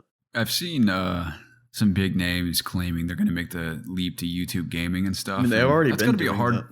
Yeah, that's going to be a hard decision because, I mean, there's seemingly been a lot of success for some streamers where they make the leap to other platforms. I feel like the two big hitters now are Twitch and YouTube primarily, but it's got to be tough because it's one thing to make the decision to make that leap. For the streamer themselves, I can't imagine it's that big of a deal because they just have to like move all their assets to YouTube, restructure a bit, and like, okay, here's where I am now. But like, it's a whole other thing that their whole audience to follow them there. Not that it's hard to like watch on YouTube versus Twitch, but to like, like cancel your subscription on Twitch and then like subscribe on YouTube, however that works. And like thousands of people you have to merge over, hundreds of thousands sometimes, to a new platform is like, there's no guarantee that all of them are going to migrate over with you, YouTube's been trying very hard to do that though. Like they've been signing a ton of old Twitch streamers. Like for example, you said you played with Tim the Tatman the other day on Call of Duty. Oh, I meant to say that when I was on the PS5 beta, I played a full match with Tim the Tatman. He was on my team. That's awesome. But he's on YouTube now. Like he left over a year ago, I think. And there's been several other names that I know Dr. Disrespect is on YouTube as well. I mean, he got banned from Twitch. That's why he's on YouTube. Yeah. I mean, there are several others. Like YouTube's been signing a ton of streamers. And I mean, the problem that I've always had with YouTube is that it doesn't have Twitch's culture, and the culture being like, so I'm a big, Twitch chatter. Like I'm always looking at the chat. I'm always looking, like I'm a big emote guy. Twitch has like the best emotes. And it's a big part of like, watching Twitch is seeing the emotes from everyone that's typing. YouTube doesn't really have that. I mean, they have emotes, but it's not the same. It just doesn't function the same. And then also just like there's this culture that's hard to describe on Twitch. It's just not on YouTube. Like, it's just not there yet. And I don't know if it's because there's not enough people or if it's just, I mean, YouTube's just such a big place. There's so many different kinds of people. Like Twitch is primarily gaming, but it's a lot more. I mean, they have a just chatting section, which is very big now. But the other problem with YouTube is that it's very hard to like figure out when someone's live. Because when you go to someone's YouTube page, it's just their videos. The only way you can see them live is if you like click their picture or something. I mean, I don't watch the stream, so I don't know. But I've just heard that it's very hard to like distinguish like when someone's actually live or if you're just watching a VOD of a stream that's already happened. So if they can ever iron those two problems out, I think YouTube will have no problem overtaking Twitch. Yeah, YouTube remains to be king in a lot of regards, so even amidst all the controversies YouTube's had over the years, they haven't been brought down yet. Well, we'll see how it goes with those Twitch folks. I don't envy their situation. It's a bummer for sure. The HCS competition for Halo Infinite happened just a few days ago, and they announced the Pit map. It's a remake from Halo 3 that they called a world premiere. And when they announced it, the expectation, the rumors were in 343 again, just poor choice of words and hyping stuff up where there is no reason to be hyped. They basically made it seem like multiple Halo 3 remake maps were coming imminently and that they'd be playable like at the conclusion of the tournament. Well, they announced the Pit. It was the only map they announced, and it won't be playable at the earliest. They said maybe playable by November 8th when Forge launches for Infinite. So that was just hilarious. They show off the map, which I'm kind of indifferent about the whole neon aesthetic. That's cool. I think it's cool. It's on a rooftop. That's kind of not important to me. It's just the fact that they would hype it up and it not even be playable for almost 2 months. Mm-hmm. It's amazing to me. So just another hilarious situation for 343. They just continually disappoint, unfortunately. That being said, HCS seemed to be a really big success. All the highlights I watched seemed really exciting. The crowd was super into it. The teams all performed well. So I think watching Pro Halo is always a lot of fun. I'm still not in love with Infinite after all this time, but it's fun to watch the pros play, and that tournament seemed to be a really big success for them. So that's cool on a positive, but just that whole pit situation was hilarious to me. Like Zach and Andy and I, it was the 25th anniversary of Halo 3, talking all about that. We're like, man, it's so cool that in Infinite tonight, we're probably going to get to play on a bunch of Halo 3 remake maps. Like, this is what the game's needed, like something like this for a while. And then they announced the map that not even finished, won't be playable at the earliest until November 8th. Nothing else to say. It's like, what a major disappointment, dude. Oh, man. So instead, we played a little Master Chief Collection and had a great time doing so. There you go. That was our Halo 3 anniversary, 15 years, so still one of my favorites to this day. A little more controversy, Jacob. This is just a really cringy story, the real insider story. We could just give our quick thoughts on this.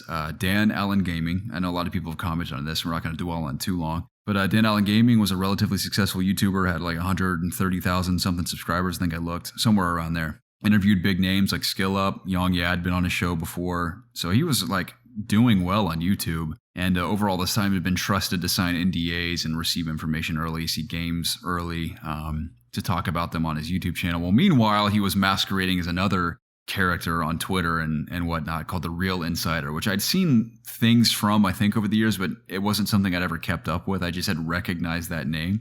Long story short, he got busted as The Real Insider for leaking information early after signing very serious NDAs, and most notably recently with Ubisoft and the all the games they announced that are in development, including Mirage, he leaked before the official announcement. And it was caught red-handed, admitted to it. He didn't admit to it at first, he tried to play it off, but finally admitted to it on his YouTube channel. It was just super cringy because he said, like the whole reason I did this, admittedly, was for clout, and it just felt good knowing that people were hanging on my every word, waiting to hear things from me. And it's embarrassing, but it's also very sad that a grown man would feel for me to get any sort of satisfaction out of like myself and like who I am as a person. I have to feel like thousands of people are waiting to hear from me. I thought that was heartbreaking to hear. And I could almost like tell when he was admitting to it because he was apologizing like, oh, like I'm just disappointed in myself. Maybe he was while he was doing it. He just was too addicted to like the thrill of leaking stuff and like people getting excited about it. Yeah. It's like the same thing with a guy from IGN, Philip Mewson, that got caught plagiarizing. Mm-hmm. They would have never admitted to this had they never been caught. That's just the reality. That's like that's almost always the reality. And it's just the sting is so much worse when like something like that comes to light because you have to face the whole world. And the industry is not that big. I've been contributing to it, not regularly, but a decent amount since 2017. And I've had the opportunity to meet a lot of people in the industry and like kind of get an understanding of like how it works. And I can't even imagine being like a Philip Mewson or now this Dan Allen guy that is completely blacklisted forever. There's no coming back from something like this. Yeah. Plagiarism's one thing, but especially trusting multiple publishers and developers and blatantly breaking their NDAs is a massive deal. It's technically a crime. Ubisoft made a very generic statement saying like, oh, we're going to address this, something. They probably won't give any details. I hope they don't destroy this guy. Like, I still believe everyone deserves a second chance. Everyone deserves grace and forgiveness. I don't think everyone deserves a second chance as in like he deserves to work in the industry again, but just as a human being, like I always believe in grace and forgiveness. It was both just initially cringy and then I was just heartbroken for him. So like that guy like needs help. Clearly he needs help with like dealing with whatever he's got going on mentally and emotionally that compelled him to do that in the first place. Yeah. Another bit of controversy that I thought was kind of fascinating this week. Any specific thoughts on that? I mean, can't say he doesn't deserve this, but I certainly hope he comes out better on the other side after it's all said and done. That's all I can really say. Yeah, something like that, dude. How do you not come out better from that? Because that is a major character blow. It's like you have no choice but to come back better from something like that. I mean, it depends how much they try to ruin his life, I guess. Yeah. We'll see. Because Philip Mewson was on Colin's show where he interviews people one-on-one. I can't remember what he calls the show, but they're really good interviews. He has multiple great ones on his Patreon. Sometimes he releases them publicly. I think he did release the Philip Mewson one publicly, but he invited, I was listening to Sacred Symbols the other day. Who's this? Colin Moriarty. Oh, Colin Moriarty. Okay. The Sacred Symbols guys, yeah. He said that he reached out almost immediately to Dan Allen Gaming to see if he wanted to talk about it on his show, and I'm hoping he does it eventually. I think Philip Mewson waited a while, too, to talk about it, but hopefully Dan Allen gets to a point where he's willing to open up and talk about this more, because Colin does a great job of not being on either side. I mean, he's vocal about what he thinks about a situation, but he doesn't try to tear anyone down. He lets them speak and say whatever they want to say. Mm-hmm. I hope to hear more from that, because stories like that kind of blow my mind. It's like what it takes to consciously make a decision that you know could not only hurt yourself greatly from a career standpoint, but also personally and all the other people it affects as well. Like all the IGN writers and just writers in general at game outlets to this day probably are relatively affected by Philip Mewson's actions and other people that have made actions like that. And a lot of influencers and creators in that industry were all saying the same thing when that story came out, is that this could for a little while make it much harder for publishers to trust anyone with NDAs and information earlier because of people like this. Leaks happen constantly these days, and it just takes one person. I thought of this immediately. Think of the guy back in 2020 before COVID, right before COVID, that Steadicam operator. I was doing that Steadicam class in Brooklyn. He just made an offhanded comment to me that he'd worked with Ubisoft. He lived in Montreal. I was like, whoa, Ubisoft. I'm like, that's cool. Like, have you worked on any games? He's like, yeah, we worked on the Prince of Persia remake. I was like, what? And he said it just offhandedly to me. I remember when I brought that up on the podcast, that was like years before they announced that it was a reality. Mm-hmm. And now it may never come out because the development studio destroyed it. Mm-hmm. But that's like just one example of like, it just takes one person whispering something and it leaks. So it's already hard enough for publishers to trust people with NDAs, but now especially it could be a serious issue for a while. I mean, if you think about it, pretty much every game you hear something about it. Like you always, whether it's Jason Schreier, whether it's something on Reddit, like you always, even if it's made up, you always see leaks everywhere. Like it's weird if a game doesn't have a leak. It would be strange if GTA didn't leak at this point. Everything leaks now. Like I really never thought about it, but pretty much every game that I keep up with, like if something new's coming out, it usually leaks. It almost makes you wonder, like, is this intentional? Like, do they do this on purpose just to see what people are thinking? Create buzz. Yeah. It's kind of a bummer, dude, because I remember back in the day before like Halo 3 was announced, even Halo 2 back in the day, the only glimpse you could get of a game initially was like in a magazine before, unless it was revealed at E3 or something. And I miss those days of seeing stuff for the first time, of course you have the mindset of like an expectation of like, oh, there may be a sequel someday, but game announcement stuff are so hard to come by genuinely anymore. Mm-hmm. And it's a shame because in the digital age, it's very difficult to keep things under wraps. You think about all the moving parts, all the people involved with just a single game being developed, all the publishers, all the PR, all the developers. So many people know about it existing that it just, again, takes one person saying a little thing and it spreads like wildfire. Games recently, man, leaks all over the place. And it doesn't help when people like Dan Allen are making poor decisions like that. So not helping anyone. Anyway, a bit more of it's not really controversy, but an interesting subject is Video Game Dunkey starting a publishing company called Big Mode with I think it's his girlfriend or his fiance or his wife, Leah. I've always loved Dunkey stuff. I think he's hilarious. He clearly has a deep knowledge of at least criticizing games. So I've always been a big fan of his content. I was most interested in seeing all the reactions from the industry to this because Dunkey's a big name. A lot of people know who he is. And I saw a mixed bag. I saw people in full support of him. I saw people in direct opposition to him. And then people in the middle were like, cool, you're doing that, but like, you got to know, like, it's a lot of work to be a publisher.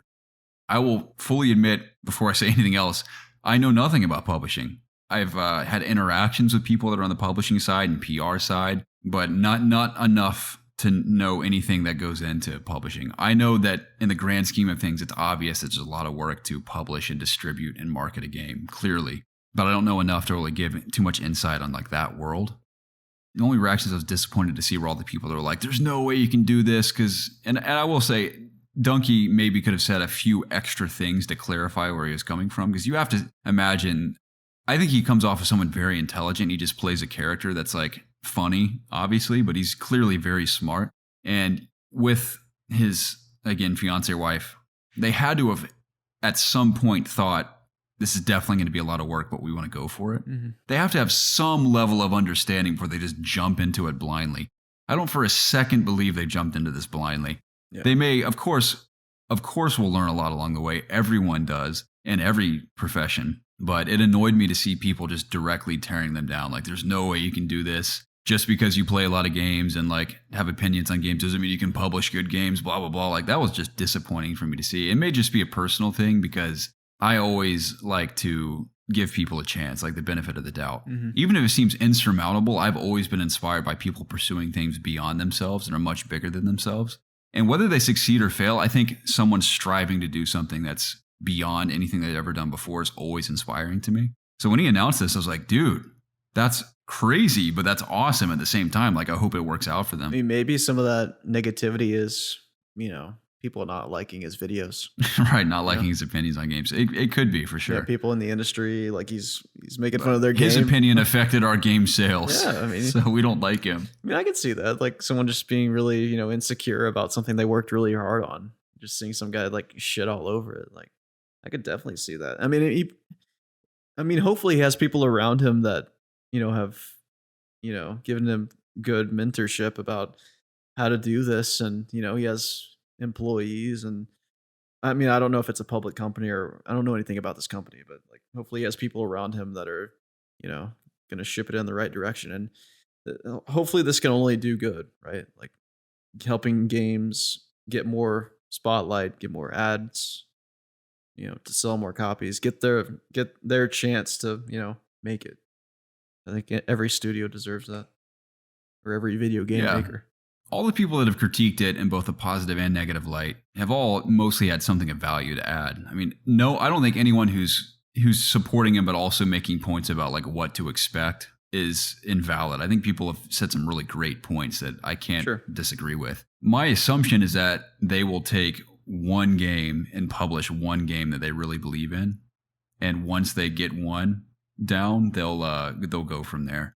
So I think they've already said on their Twitter, I'm following them now, they've had an influx of people who are interested, and that's got to be the hardest part, is just filing through all the stuff being thrown at them. Because you think about the PlayStation Store alone, all the garbage that's on there that are all technically indie games that just flood the store page. Think about all the crap that's being thrown at them and all the gems in the rough that they have to dig out. Like he mentions in his video, games like Celeste, you think of games like Stardew Valley, like all the obvious big indie games that have been huge successes. In the midst of those are just countless garbage games that people have to ruffle through. That's something I would never want to do. I think it's cool that he's doing it, but I'd love to see this, just them succeed with one great game first and then see where they go from there. Wild endeavor, though. I wish him the best, though. For sure. Let's jump into AskIOG, Jacob. Okay.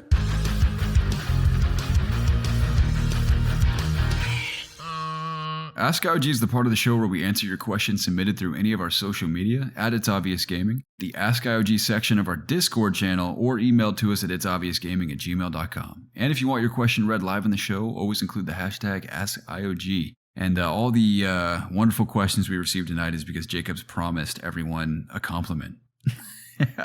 Only people that wrote in on Discord, which I think is all that's left.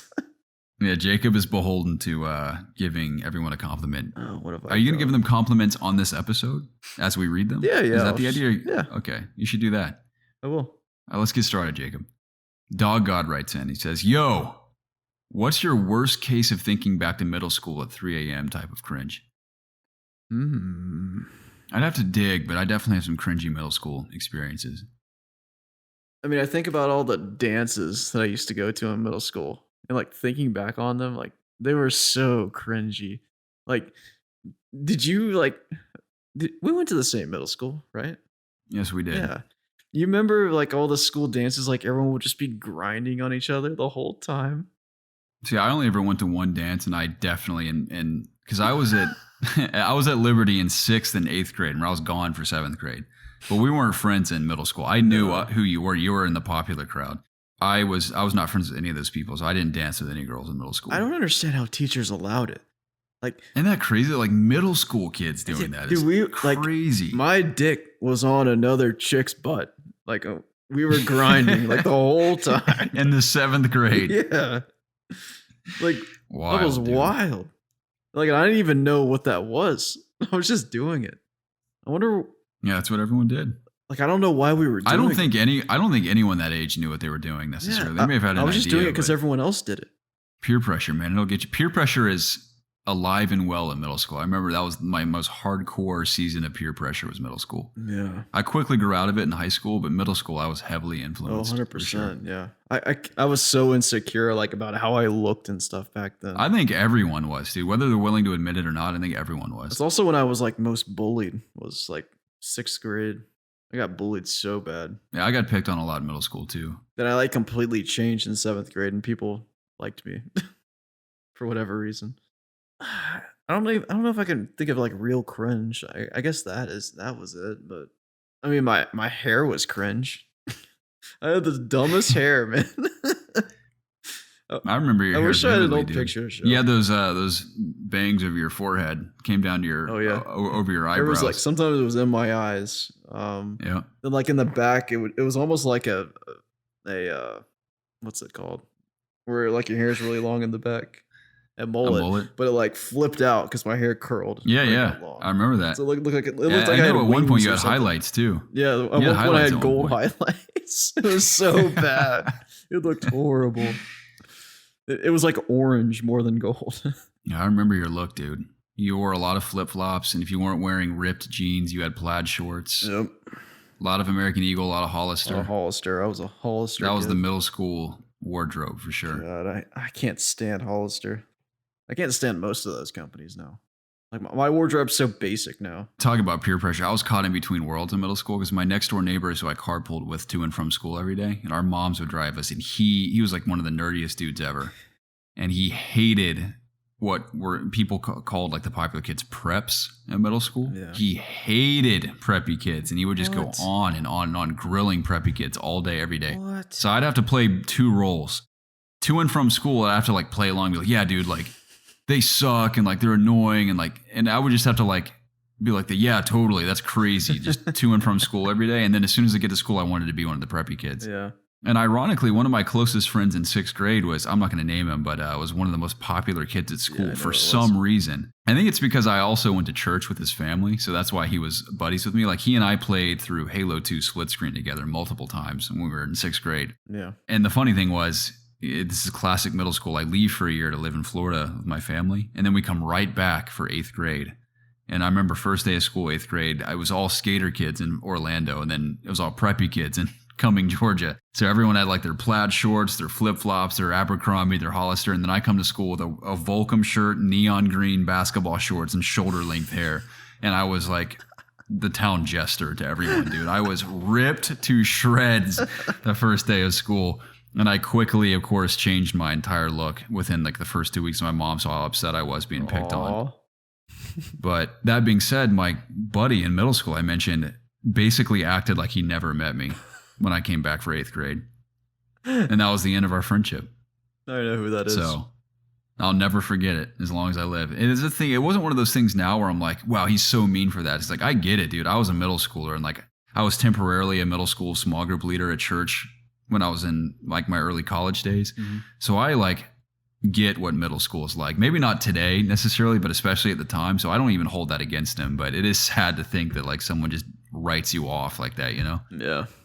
Yeah, I wish I could go back and like just tell myself like that stuff, like these people don't matter. Like none of these people matter at all. Well, that's the thing, dude. I don't want to go on a huge tangent. I have a funny thing to say about what you're saying. On one hand, you're right. I had adults in my life tell me that all the time. You think about our small group leader in high school would tell us the same thing about high school. Yeah.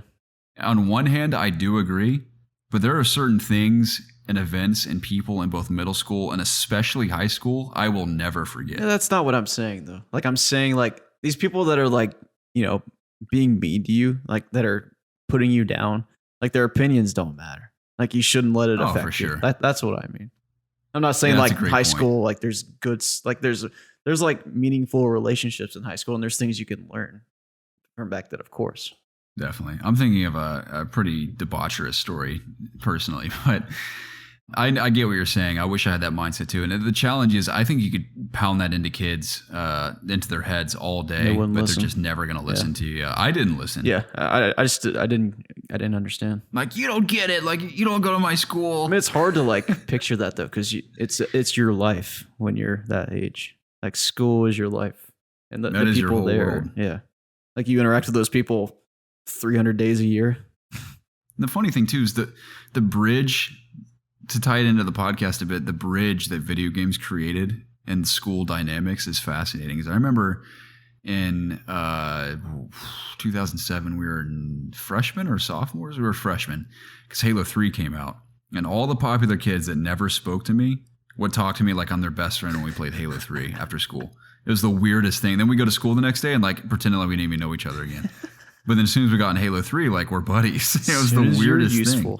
But the last thing I was going to say about high school and like not forgetting things, he's like, like people do things and say things and like it's not going to matter in 10 years. Well, there's this one girl, I'm not going to name her, of course, either, who was older than us. She was a few years older, who was infamous for pooping on a man's chest, just taking a massive dump on a man's chest at a party. And for the last couple years of high school, she was known as like the poop girl. And whenever I think of this girl, like randomly, whenever this story comes to mind, I'm like, to this day, people probably think of her as the poop girl. And that'll follow her. Anyone who went to high school with her and knew of that story, that will follow her to her grave. It's different. I know, but like stuff like that is never forgotten. What do they call it? A Cleveland steamer? Nobody forgets a Cleveland steamer, dude. So that's wild. I wish dude. I could do that. Take a Cleveland steamer or receive give one. on the love of your life. Yeah. No, just If someone the in love high of your school. life wanted a Cleveland steamer, would you give it to him? Yeah. Man, that's crazy. I don't Oh, know if yeah. I could do that. I'd do anything. Man. Yeah, that's heavy for sure. That's heavy. I don't know. My poops are kind of gross. So I don't know if someone wants that. Yeah, it depends on the day. Yeah.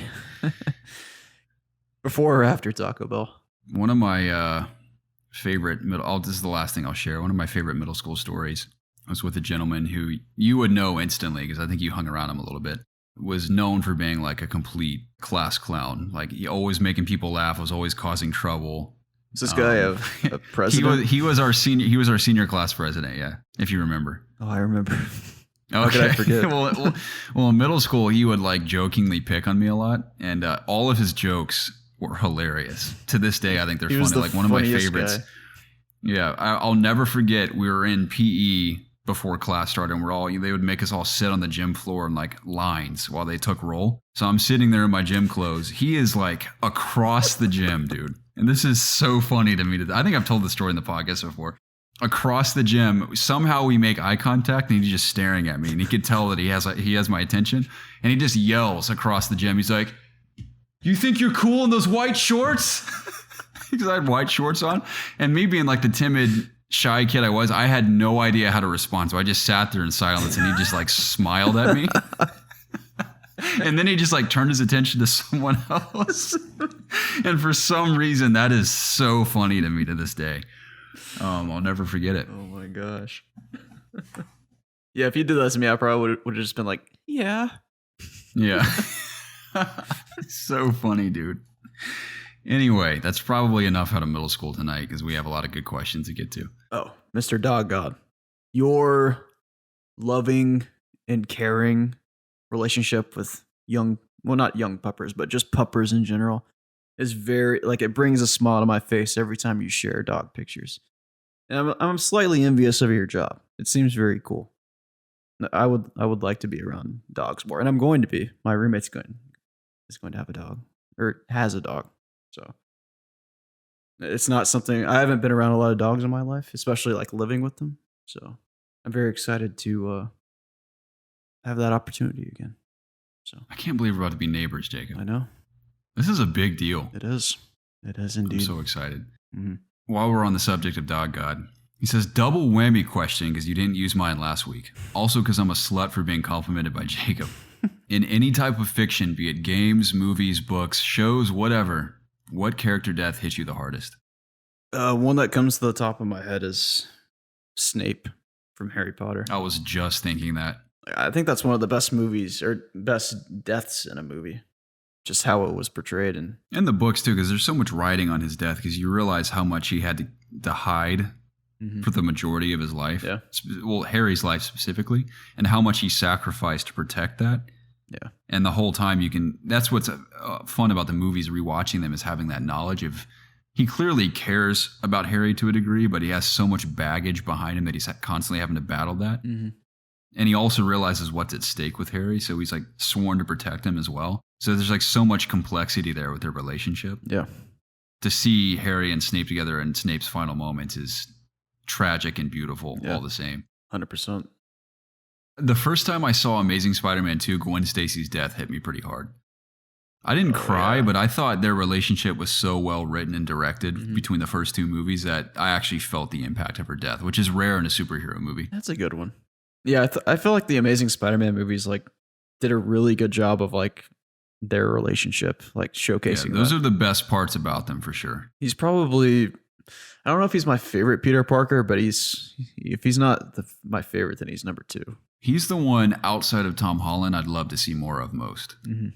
Andrew Garfield's a lot of fun to watch as Spider-Man. He's just a good actor. He is very talented.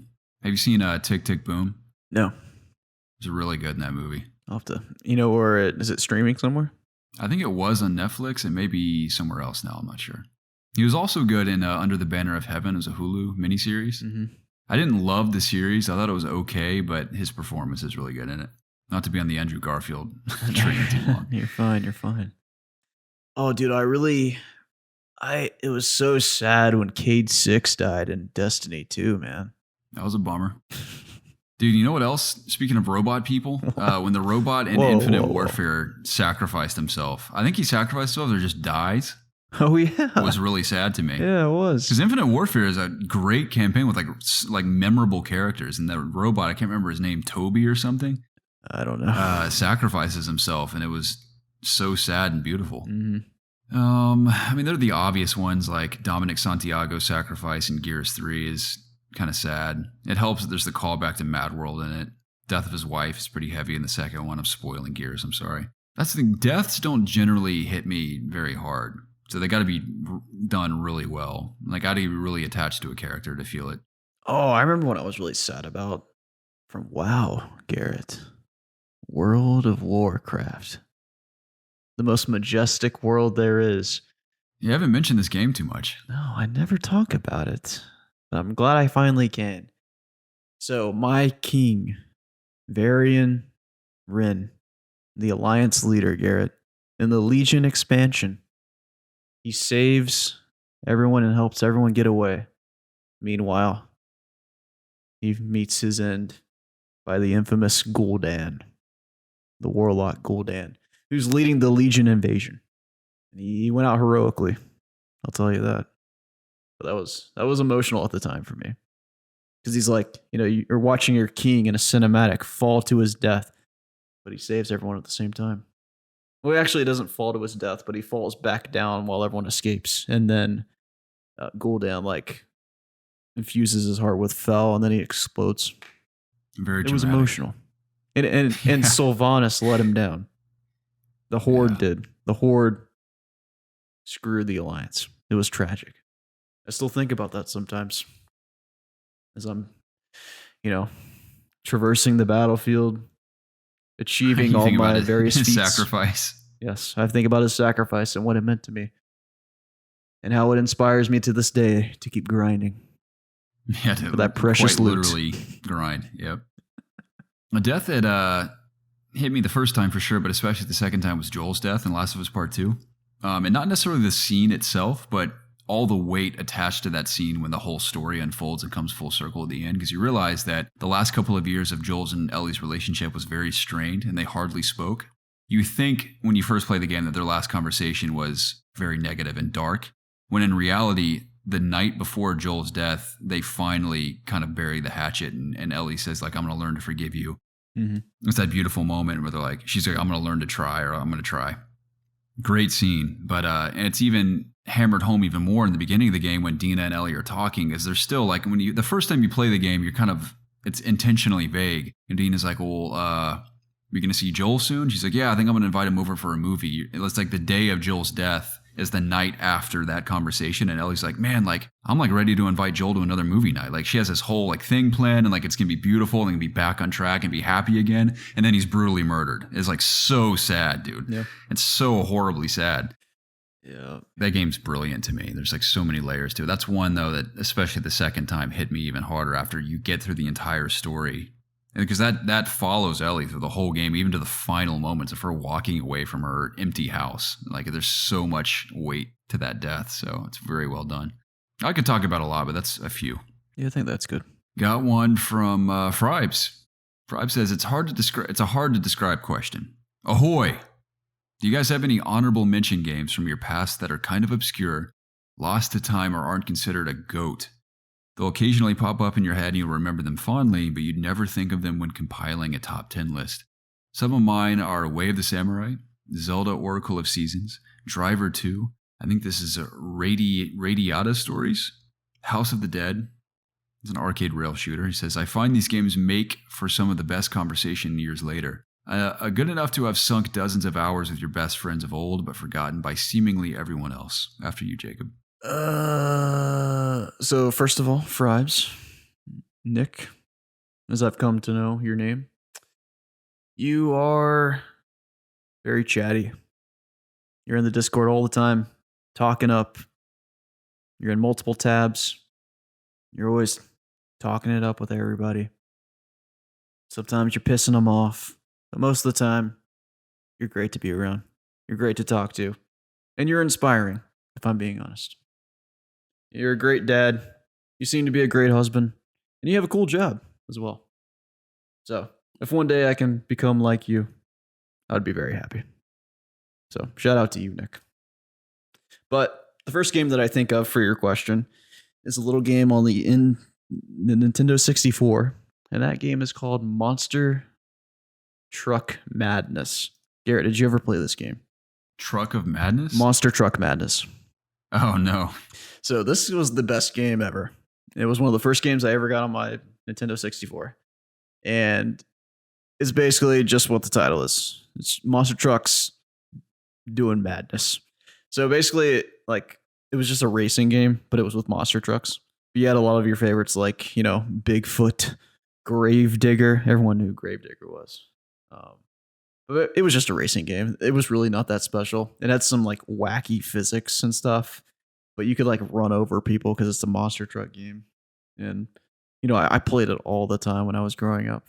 Like I was very into racing games, as I'm sure a lot of people were back in the day, because there weren't a whole lot of genres back in the good old days. But I have very fond memories of playing Monster Truck Madness. And it's a very fun game. I do recommend you watch some gameplay because it's something. Anyway, I believe it was Monster Truck Madness. If it wasn't Madness, then it was something else. Let's see. This came out in 1996. Oh, okay. So maybe it was a later version. No, I'm pretty sure it's Monster Truck Madness. Anyway, do you have one yet? I've got a few. One that Jake Baldino actually reminded me of recently that I loved was John Woo's Stranglehold. It was basically a Max Payne ripoff, but I remember loving playing that back in the day. It was really fun. Another one I played was Rainbow Six Covert Operations on PC back in the day. Very straightforward. It's kind of funny. It was kind of like Siege, but it was just NPCs you fought against. It was just you as a solo player with your NPC soldiers on your team, and then you'd invade like a hospital or a jungle or a house to rescue hostages. Mm-hmm. And I remember loving playing that back in the day. Another game I played was called Carnivore. You were a dinosaur hunter, and there's all these different dinosaurs you could hunt. And I was really bad at it because it was one of the first shooters I ever played. It functioned a lot. It felt like Doom, like the rate at which you ran around and like the orientation of the weapon on screen and everything. But you go into an open world and hunt dinosaurs and like collect them as trophies. Well, I always wanted to fight the T-Rex in the game. It's one of the sweetest things my parents have ever done for me. To this day, I'm impressed that they pulled this off. But I could never unlock the T-Rex because I couldn't kill like a Velociraptor or something. So my parents told me they stayed up all night together one night when I was a kid and figured out how to play the game and ultimately killed the Velociraptor to unlock the T-Rex for me. Aww. And it was like one of the sweetest things I've ever done for me. I'll never forget them doing that for me. That's awesome. Those are three that come to mind. I'd have to dig really deep. I loved the Lord of the Rings games when I was a kid, specifically Two Towers and Return of the King were a lot of fun. Mm-hmm. Preston and I both played those co-op all the time when we were kids. Those are a handful. I could think long and hard about more, but those are some that come to mind. You got anything else? I mean, it's kind of considered a GOAT, but I don't really consider it a GOAT. I mean, I have very fond memories of Ratchet and Clank. And I know that's not really a obscure game, but it's the second one in particular, actually, Going Commando. I played that game probably as much as I played any game. Like, I would play it from start to finish over and over and over again. Like, in that game, you could just keep doing New Game Plus. So I would just keep doing it over and over again.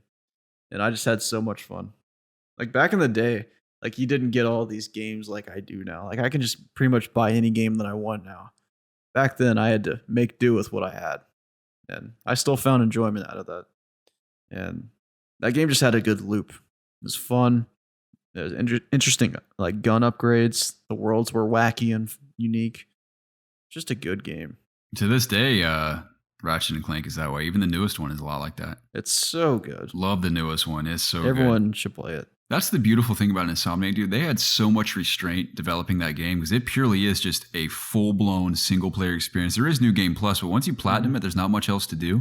And they could have easily like monetized it. They could have added additional worlds. Like they could have done a lot with it. But there was so much restraint. I think it's like basically a perfect package. Yeah, I agree. I'm so happy that they just kept it. They've kept the essence of what it is.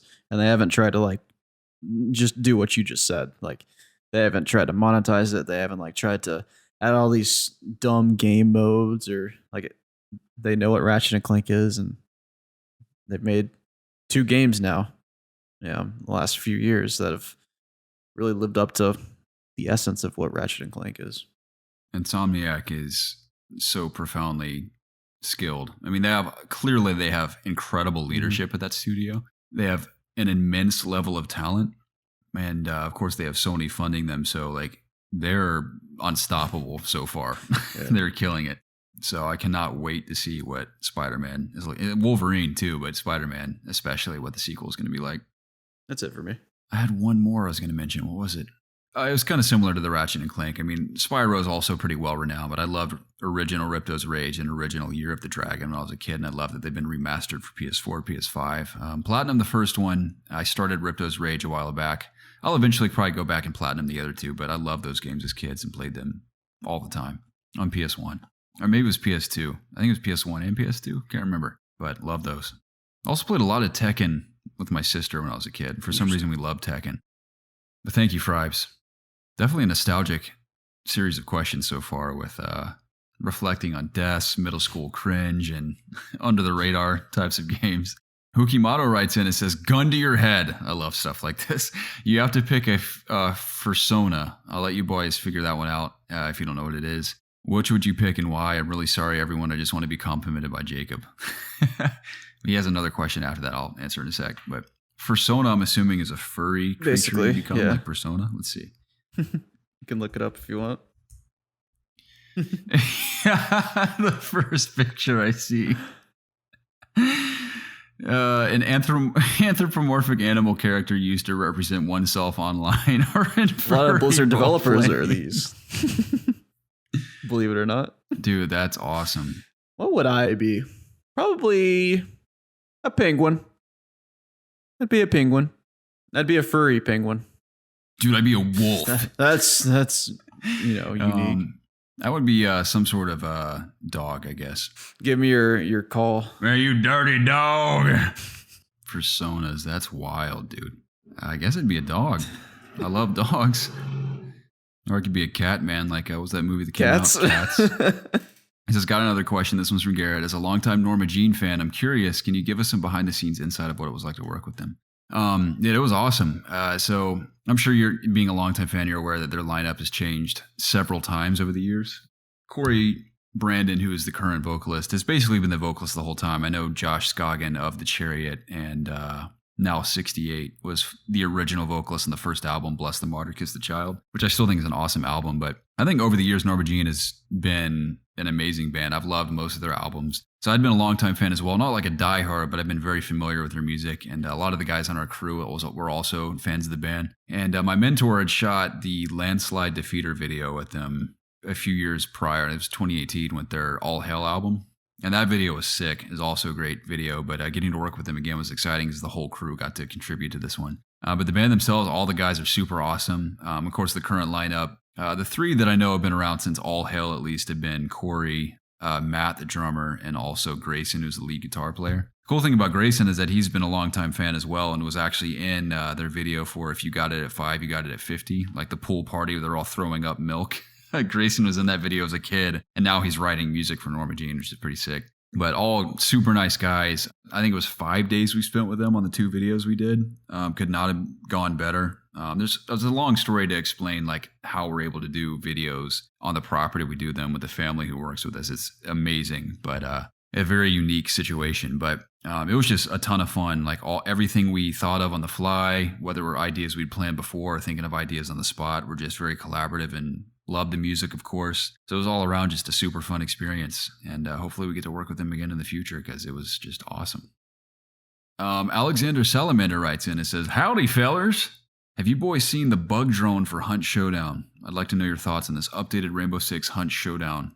Please compliment me, Daddy Jacob." Oh, Hukimato, I forgot to compliment you. I appreciate you always writing in to talk about metal. I know Garrett appreciates that because I think there are a few things that Garrett likes more than metal music. Am I correct in assuming that, Garrett? You mean just in music? I just mean like metal music. Like I think that's one of your favorite things in life. Am I correct in? Oh yeah, I'm way into metal for sure. So I know he appreciates that, and I always appreciate you always writing in. You always provide us questions. So thank you very much, sir. And Alexander Salamander, I appreciate you for your continued dedication to Destiny 2. I know you started picking it up not too long ago, but I like knowing that there's someone out there that's still playing Destiny 2. And you play Hunt Showdown, which is cool. So you're awesome, man. And you're always in Discord too. That's also cool. But I have not seen the bug drone in Hunt Showdown. Garrett, have you seen this? I'm looking at the article right now. Is it already in the game? So it looks like it's a creature. It's a big insect that you can pilot. What? And that's basically like a drone in any other shooter you played that can survey areas and you can kind of spot campers with it. Is what it looks like. Man, that's weird. I don't know how you take control of it. It's his existing dark side ability. So it may be limited. If I haven't looked into this enough, I don't want to research it too much right now. On paper, I don't think that's inherently bad. One thing Crytek's been really good about with updating Hunt Showdown is that they always have a lot of they always design things that make sense within the game they initially designed, whereas they don't give people too much power. You always, the beauty of Hunt is that you always have to feel somewhat vulnerable regardless of what you have on you. And I'm assuming this will be a very limited ability they have to use sparingly because it'd be kind of annoying if like everyone's got bug drones flying around all over the place. I'm hoping there's some sort of method of acquiring it and it being like a pretty significant but limited upgrade you can have to really survey areas and like scout it out before you go for it. I can see that being pretty cool. I like that it's like a creature you control with your dark side. It's very Hunt for sure. Also rumors of a new boss. That's cool. I haven't played Hunt in probably a couple of months. I almost played today actually as of when we're recording this, but that's still one of my favorite games of all time, easily. I've clocked well over 500 hours in the game. I know other people have clocked way more than me, but for me that's a lot to play any game that many hours. So stoked to see what it's all about. Love seeing new stuff come to Hunt. Big Colt. I'm mostly here for my compliment, but what are your thoughts on pizzas that don't use a traditional marinara sauce base? For example, barbecue sauce, garlic oil, etc. I think they're good for a few slices, but if I'm eating a whole pizza, give me that marinara. That marinara. I'm kind of the same way, Big Colt. If there's multiple pizzas in my presence and there's the options of the kind you're describing, I'll definitely have a slice. But I prefer at the end of the day a more traditional style pizza. Preston knows this. Preston thinks I'm crazy because I'm a very simple man when it comes to pizza. But I never want to be misunderstood. I will eat any kind of pizza. Truly, like I really will. But I just have a preference for simpler pizzas overall. So if I had to choose a whole pizza, I'm going to go more traditional than I would like a full barbecue-based pizza. Preston's been known. I've seen him do it. He'll get like a barbecue buffalo pizza and like eat the whole thing. Like that's great. Like a slice or two, I'm down for it. But if I'm going to eat a lot of a pizza, I want it to be more Garrett, don't crucify me. But I love a good white pizza. I love that Alfredo sauce slapped on there. Is anything wrong with that? Lather it up. I love the chicken, the cheese. It's like the little meme that got the cheese. And hell, I'll even do a Hawaiian sometimes. I don't mind pineapple. I tried it not too long ago. It's okay. I've given Hawaiian too many chances, Don't dude. say that. So many different people saying like, this is the one you got to try. I've used to tried be all like of them. I you. just can't do it, dude. But I've changed. I think it's okay. I don't think it's great. Like I don't want to order it, but I'll eat it if it's there. I just can't, dude. So there may be a variation of Hawaiian I could get into, but traditional Hawaiian pizza I just can't get into. You know, I respect you. Okay. I wish you would. It isn't that I haven't tried it, man. I've tried it from multiple places for years and still not into it. Maybe you're just weird. I'm not Weird. entirely black and white either. I'm kind of in the gray area because I'm not someone who's blatantly against pineapple on pizza. I get the appeal. Like I've had a couple of bites of pineapple pizza where I'm like, okay, like I see what you're driving at, but it's still not hitting me where I need it to with pizza, I understand. How do you feel about buffalo pizza? It's good. Again, I'll have a couple of slices. I don't want a whole pizza like that though. So I don't like barbecue pizza. I am going to take a stand against that. I don't think it's that good. But maybe I just haven't had a good one. I could see the potential of a like barbecue brisket pizza being pretty good. Barbecue brisket pizza. If it's handled well. It's got to be crispy, thin crust. It's got to be mostly brisket. Of course, drenched in barbecue sauce. See, I feel like that's the problem in a lot of barbecue pizzas that I've had is there's too much sauce. Yeah, you don't want it to drown in sauce. Like it has the sauce as the base, and then there's sauce all over the top of it too. It's too much. Something I like doing, this could be pretty, at this point it's like how's this still a pizza at this point? Like if it's in the shape of a pizza, does that count as a pizza? Because what I imagine, I like mixing sometimes my brisket with mac and cheese at Foxbros specifically. Not the whole meal, but I like to mess around a little bit, you know? And I can imagine some really good mac and cheese on crispy thin crust with barbecue brisket mixed in. That sounds Could like be pretty good. A bad bathroom trip. Oh, undoubtedly. Well, it's the thing. It's like you're eating the same thing on a barbecue plate. It's like toast. You got your mac and cheese, your brisket. I mean, it's just in the shape of a pizza now. Yeah, I've been there. I want to throw this question out to you, Garrett. Is chicken pot pie a pizza? Yeah, see, this is the whole thing. It's you go back like, is this a sandwich? Is that not a sandwich? I don't think so. Chicken pot pie is a pie.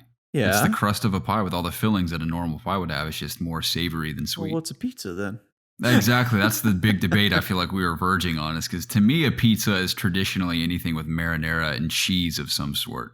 So would that not quantify it as a pie? I think because a pizza can be many things for sure, but you can lose like the definition of a pizza if you feel like very quickly, just because something's in the shape of a pizza and has like a crust, like a slice of pizza.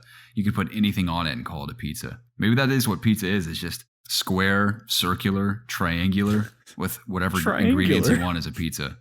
I understand. Big Colt, I think you are the backbone of the Discord. I think you're hilarious. And I enjoy interacting with you. There's your compliment.